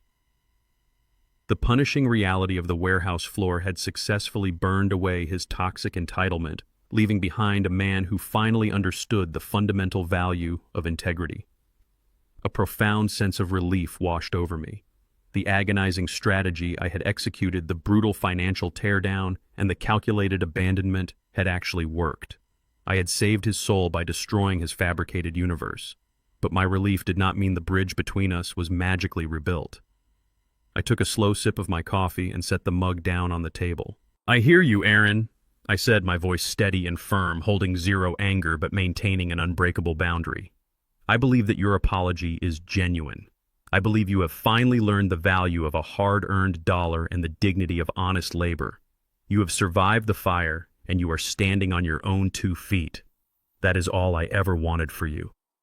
Aaron nodded slightly, a faint glimmer of hope flashing in his tired eyes. But I did not offer him a smile, and I did not offer him a seat at my corporate table. I leaned forward, resting my arms on the cracked vinyl table. But recognizing your mistakes does not erase the consequences of your actions. I continued, stripping away the final illusion of a fairy tale reconciliation. You crossed lines that can never be uncrossed. You chose to align yourself with people who sought my total destruction. The father who shielded you from the world died the night you locked that door. He is never coming back. You have to navigate the rest of your life without my safety net, without my bank accounts, and without my corporate influence. I reached into my pocket and pulled out a crisp $5 bill, placing it firmly on the table to cover the coffee. "Grow up, Aaron," I stated, my voice carrying the absolute finality of a closing door. "That is the final gift I will ever give you." I slid out of the vinyl booth, stood up, and buttoned my faded canvas jacket. I did not look back to gauge his reaction or offer a lingering goodbye. I simply turned and walked toward the exit, the diner bell jingling sharply as I pushed through the heavy glass door into the brisk morning air. Inside the booth, Aaron did not call out my name. He did not chase after me, begging for a second chance or a different outcome. He sat perfectly still, wrapping his calloused, bleeding hands around his warm coffee mug, and watched me walk away through the grease-stained window. For the first time in his entire life, he did not feel resentment toward me. He felt profound, absolute respect. He watched my truck pull out of the parking lot and merge into the heavy morning traffic, fully accepting the reality of his situation. The bridge between us was permanently burned, completely reduced to ashes by his own blinding greed. He had lost his father forever, but in the brutal process he had finally found his own manhood. The harsh, agonizing lesson was permanently learned. I drove directly from the diner to the towering glass and steel high-rise in the financial district. Brad Cohen was waiting for me in his corner office with a pristine stack of legal documents arranged meticulously on his polished oak desk. He did not ask how my meeting with Aaron went. Brad was a professional who only cared about finalizing the strict legal parameters of my estate. I sat down in the heavy leather chair and picked up the gold fountain pen he offered. The document resting in front of me was the final deed transfer for the $2 million mansion Aaron had once falsely claimed as his own. I did not hesitate. I pressed the pen to the paper and signed my name with deliberate, aggressive strokes, permanently severing the property from my private commercial trust. I officially donated the entire estate and its surrounding acreage to the Diane Holloway Youth Foundation. The sprawling mansion that Thomas Harrington had arrogantly paraded around and Megan had used to mock my working-class background would now serve as a fully funded educational retreat for underprivileged minority students. The grand dining room where my catering staff was ordered to pack up and leave on Christmas Eve would be transformed into a massive lecture hall. The irony was absolute and completely intentional. Brad stamped his official notary seal on the bottom of the final page, pressing the heavy metal embosser down with a satisfying crunch. "It is officially done," Vince Brad said, sliding the completed dossier into a secure red folder. "The estate is completely locked within the Foundation Trust. It is entirely immune to any future civil claims, divorce settlements, or probate challenges. The Harrington family cannot touch a single blade of grass on that property, and Aaron has absolutely no legal avenue to contest the transfer." I nodded, handing the pen back to him. "There will be no challenges, Brad," I replied, my voice echoing with quiet certainty. "The board is completely cleared." I left the corporate high-rise and instructed my driver to take me back to my neighborhood. I did not return to a sprawling penthouse or a gated suburban fortress. I walked up the rusty fire escape stairs to my modest, cramped apartment. The floorboards creaked under my heavy boots as I stepped inside, bolting the cheap wooden door behind me. The apartment smelled of old wood and the dark roasted coffee I brewed every morning. The water stains on the ceiling were still there, and the thrift store sofa remained pushed against the far wall. To the outside world, this place looked like the desperate refuge of an impoverished old man clinging to the bottom rung of the economic ladder. But to me, it was an impenetrable fortress of absolute peace. I took off my tailored suit jacket and hung it neatly in the closet. I reached for my faded canvas work coat, the exact same coat Megan had looked at with pure, unfiltered disgust, and slipped it over my shoulders. The rough, heavy fabric felt like a second skin. It grounded me. It reminded me of the brutal, freezing mornings on the loading docks and the thousands of miles I drove across the country to secure my very first logistics contract. My immense wealth was safely hidden away, protected by an army of ruthless corporate lawyers and federal regulations. The parasites who had attempted to drain my lifeblood had been completely and surgically excised. Thomas was sitting in a federal prison cell wearing khaki scrubs. Megan was scraping burnt food off diner plates, drowning in monumental legal debt. Aaron was hauling heavy freight on a freezing warehouse floor, finally learning the brutal cost of his blinding vanity. I had successfully defended my empire without firing a single physical shot. I simply allowed their own toxic greed to consume them from the inside out. I walked into the small kitchenette and turned on the stove, watching the blue gas flame ignite under the tarnished metal kettle. I stood there, listening to the low hum of the refrigerator, waiting for the water to boil. When the kettle finally whistled, I poured the steaming water into a chipped ceramic mug, letting the dark tea steep. I carried the warm mug over to the scratched Formica dining table and sat down in the quiet, dim light. In the center of the table, resting inside a simple wooden frame, was a photograph of my late wife, Diane. The picture was taken 30 years ago outside our very first commercial warehouse. She was wearing a pair of denim overalls, wiping a smudge of engine grease from her cheek with a bright, beautiful smile. I looked into her eyes and took a slow sip of the hot tea.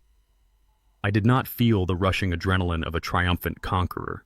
I did not feel the intoxicating thrill of victory that a man is supposed to feel after crushing his enemies and securing his legacy. Victory implies that there was a legitimate contest, a battle between equals. What transpired over the last 6 months was not a battle. It was a necessary, brutal correction. I looked at Diane's smiling face and spoke into the empty room, my voice barely above a whisper. "I kept the promise I made to you, Diane. I protected what we built. I did not let them turn our lifetime of sacrifice into a cheap piggy bank for their fake aristocratic vanity." The profound sorrow of losing my son to his own arrogance still lingered, a dull, persistent ache in the back of my mind. But the agonizing pain was heavily outweighed by a deep, unshakable sense of tranquility. I had not destroyed Aaron out of malice or spite. I had dismantled his fake universe to save him from becoming exactly like the monsters he worshipped. The scales of justice had balanced themselves perfectly. The fraudulent billionaires were exposed as destitute criminals. The ungrateful son was forced to become a working-class man. The quiet, unassuming father remained the silent king of the board. Order had been permanently restored to the universe. Every single person was exactly where they truly belonged. I leaned back in the creaking wooden chair, wrapping my calloused hands around the warm ceramic mug. Society teaches us that true power is loud. They tell us that power is screaming at waiters in expensive restaurants, driving luxury sports cars you cannot afford, and crushing your enemies until they are forced to beg at your feet. But they are entirely wrong. True, absolute power is completely silent. True power is not about actively destroying the people who betrayed you. It is about restructuring your reality so completely that those people become entirely irrelevant to your peace. The Harringtons believed they could manipulate me because they confused my humility with weakness. They mistook my silence for ignorance. Aaron believed he could discard me because he thought my value was tied entirely to my proximity to his fake prestige. They all learned the hardest lesson a human being can ever endure. They learned that a man who has built his empire from the dirt up does not fear getting his hands dirty to protect it. I will wake up tomorrow morning before the sun rises. I will put on my faded canvas jacket, and I will walk out into the freezing city to continue running my empire in the shadows. I will never look back. I will never wonder if I was too harsh or too unforgiving. Nature dictates that when a branch becomes completely rotten and diseased, you cannot save it by wrapping it in expensive silk. You cannot heal a corrupted root system by pouring more water onto the dead leaves. Some trees must be cut at the root so the soil can breathe again. I sit in the quiet solitude of my apartment long after the dust of the Harrington collapse has completely settled. The legal documents are signed, the assets are secured, and my empire operates seamlessly in the shadows just as it always has. But in the still hours of the early morning before the city wakes up and the noise of the world begins, I find myself reflecting on the singular, most profound truth this entire ordeal has illuminated. It is a lesson written not in ink or legal jargon, but in the blood, sweat, and shattered illusions of the past year. The ultimate lesson I learned is the catastrophic danger of unearned privilege and the lethal toxicity of shielding those we love from the brutal crucible of struggle. When my late wife Diane and I first began building Holloway Logistics, we made a silent binding pact. We had both grown up experiencing the crushing, suffocating weight of absolute poverty. We knew what it felt like to go to sleep with empty stomachs and to wake up freezing because the heating bill could not be paid. We promised each other that our son Aaron would never have to know that specific brand of agony. We vowed to build an impenetrable fortress of financial security around him so he could grow up safe, comfortable, and free to pursue his own dreams without the terrifying shadow of destitution hanging over his head. We believed we were being the perfect parents. We believed that providing him with a frictionless existence was the ultimate expression of our unconditional love. We were entirely fundamentally wrong. By removing every single obstacle from Aaron's path, we inadvertently robbed him of the opportunity to build his own psychological immune system. Strength, resilience, and character are not genetic traits you can simply pass down through a bloodline. They are calluses developed solely through repeated exposure to friction and failure. When you hand a man a harvest he did not plant, you do not feed his soul. You systematically starve his ambition. You create a hollow vessel that looks like a man, but lacks the internal structural integrity required to survive the inevitable storms of the real world. Aaron grew up in a house built by lions, but because he never had to hunt for his own survival, he developed the fragile mindset of a domesticated pet. This fundamental weakness is exactly what made him the perfect target for parasites like Thomas and Megan Harrington. Predators in the social and corporate world do not hunt the strong. They seek out the soft, the entitled, and the profoundly insecure. Thomas Harrington built his entire fabricated billionaire persona on the exploitation of appearances. He knew that his own empire was a decaying, bankrupt shell long before he ever met my son. But when he looked at Aaron, he did not see a brilliant young executive. He saw a deeply insecure boy wearing expensive suits he did not earn, driving a luxury sports car he could not afford, and desperately craving the validation of the white elite establishment. Thomas and Megan smelled the unearned money on Aaron like blood in the water. They knew that a man who has never suffered to build his own wealth will easily surrender it to maintain a comfortable illusion. Unearned privilege does not just make a person weak. It inevitably metastasizes into a deep-seated subconscious resentment toward the very people providing the privilege. This is the dark psychological paradox of excessive generosity. When you give someone everything for free, they eventually begin to hate you because your very existence is a constant, humiliating reminder of their own utter inadequacy. This is the exact psychological mechanism that drove Aaron to lock me out of the mansion on Christmas Eve. He did not slam that heavy oak door in my face, simply because he was embarrassed by my faded canvas work coat or my scuffed steel toe boots. He locked me out because seeing me standing on his porch holding a simple, heartfelt gift forced him to confront the agonizing reality that he was a complete and utter fraud.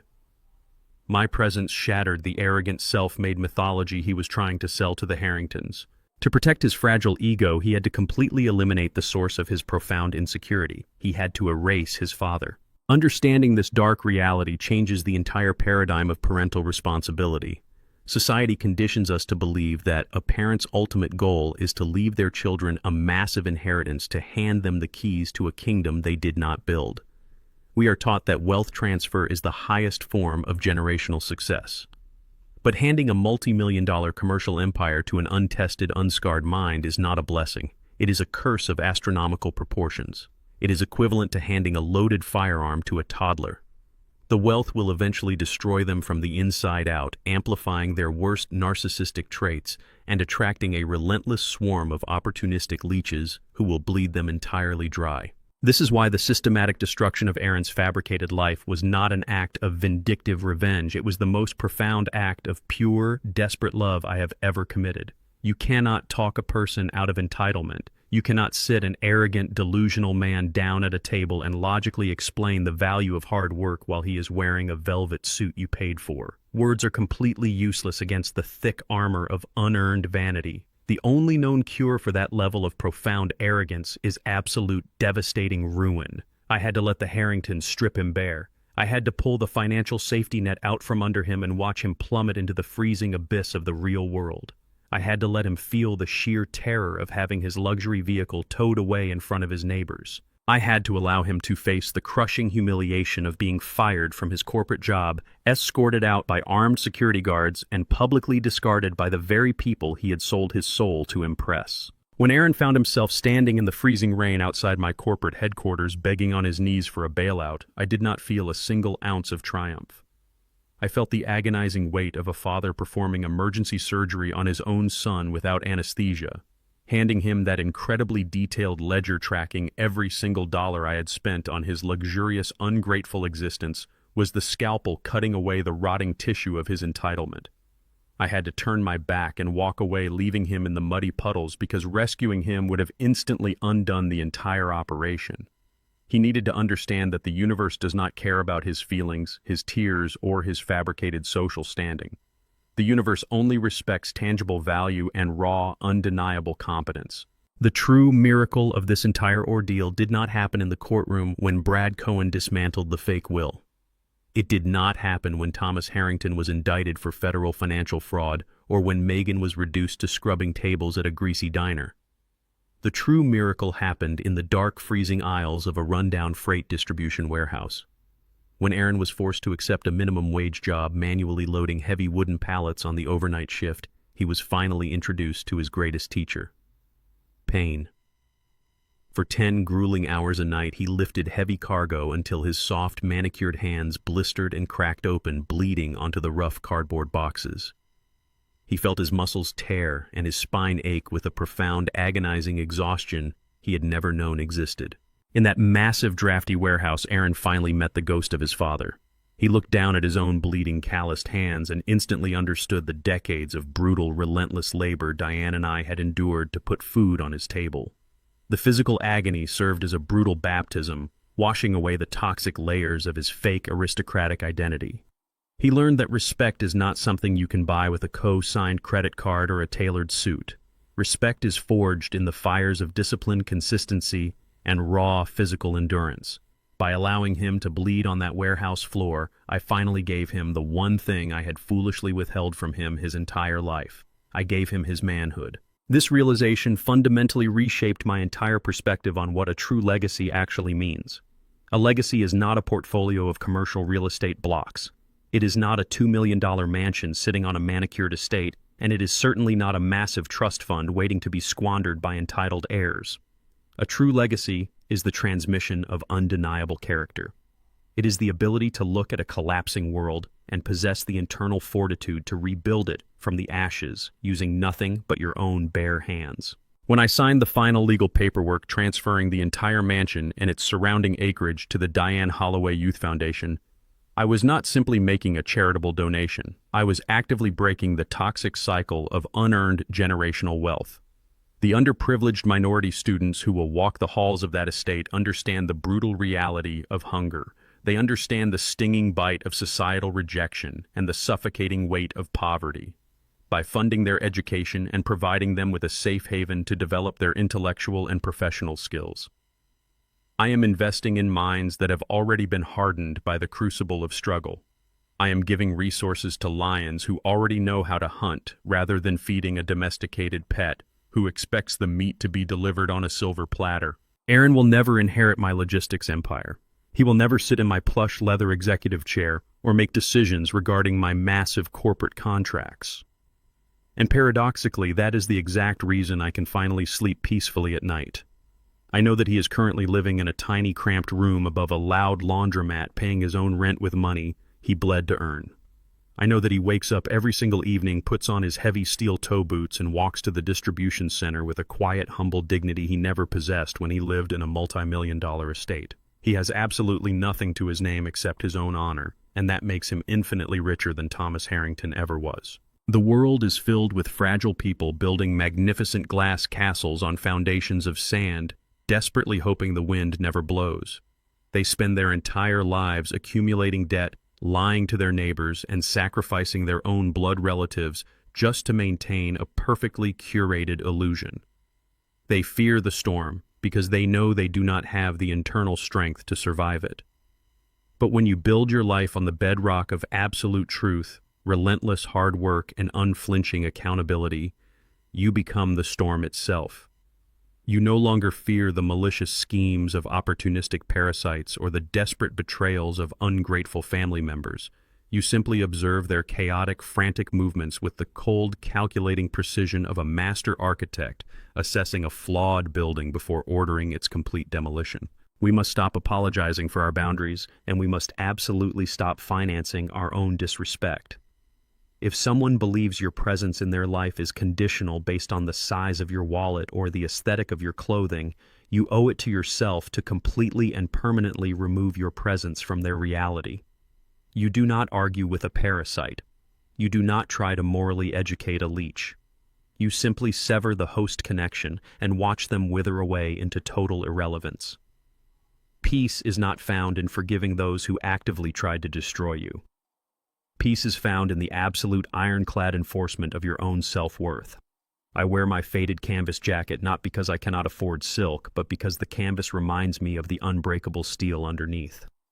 Do not ever let anyone make you feel small for the sacrifices you made to survive. Stand firm in your truth. Guard your empire with ruthless precision and never hesitate to let the freezing winter wind teach the lessons your love could not. If this story resonated with you and gave you the strength to enforce your own boundaries, hit the like button, subscribe to the channel, and share this with someone who needs a reminder of their true power today.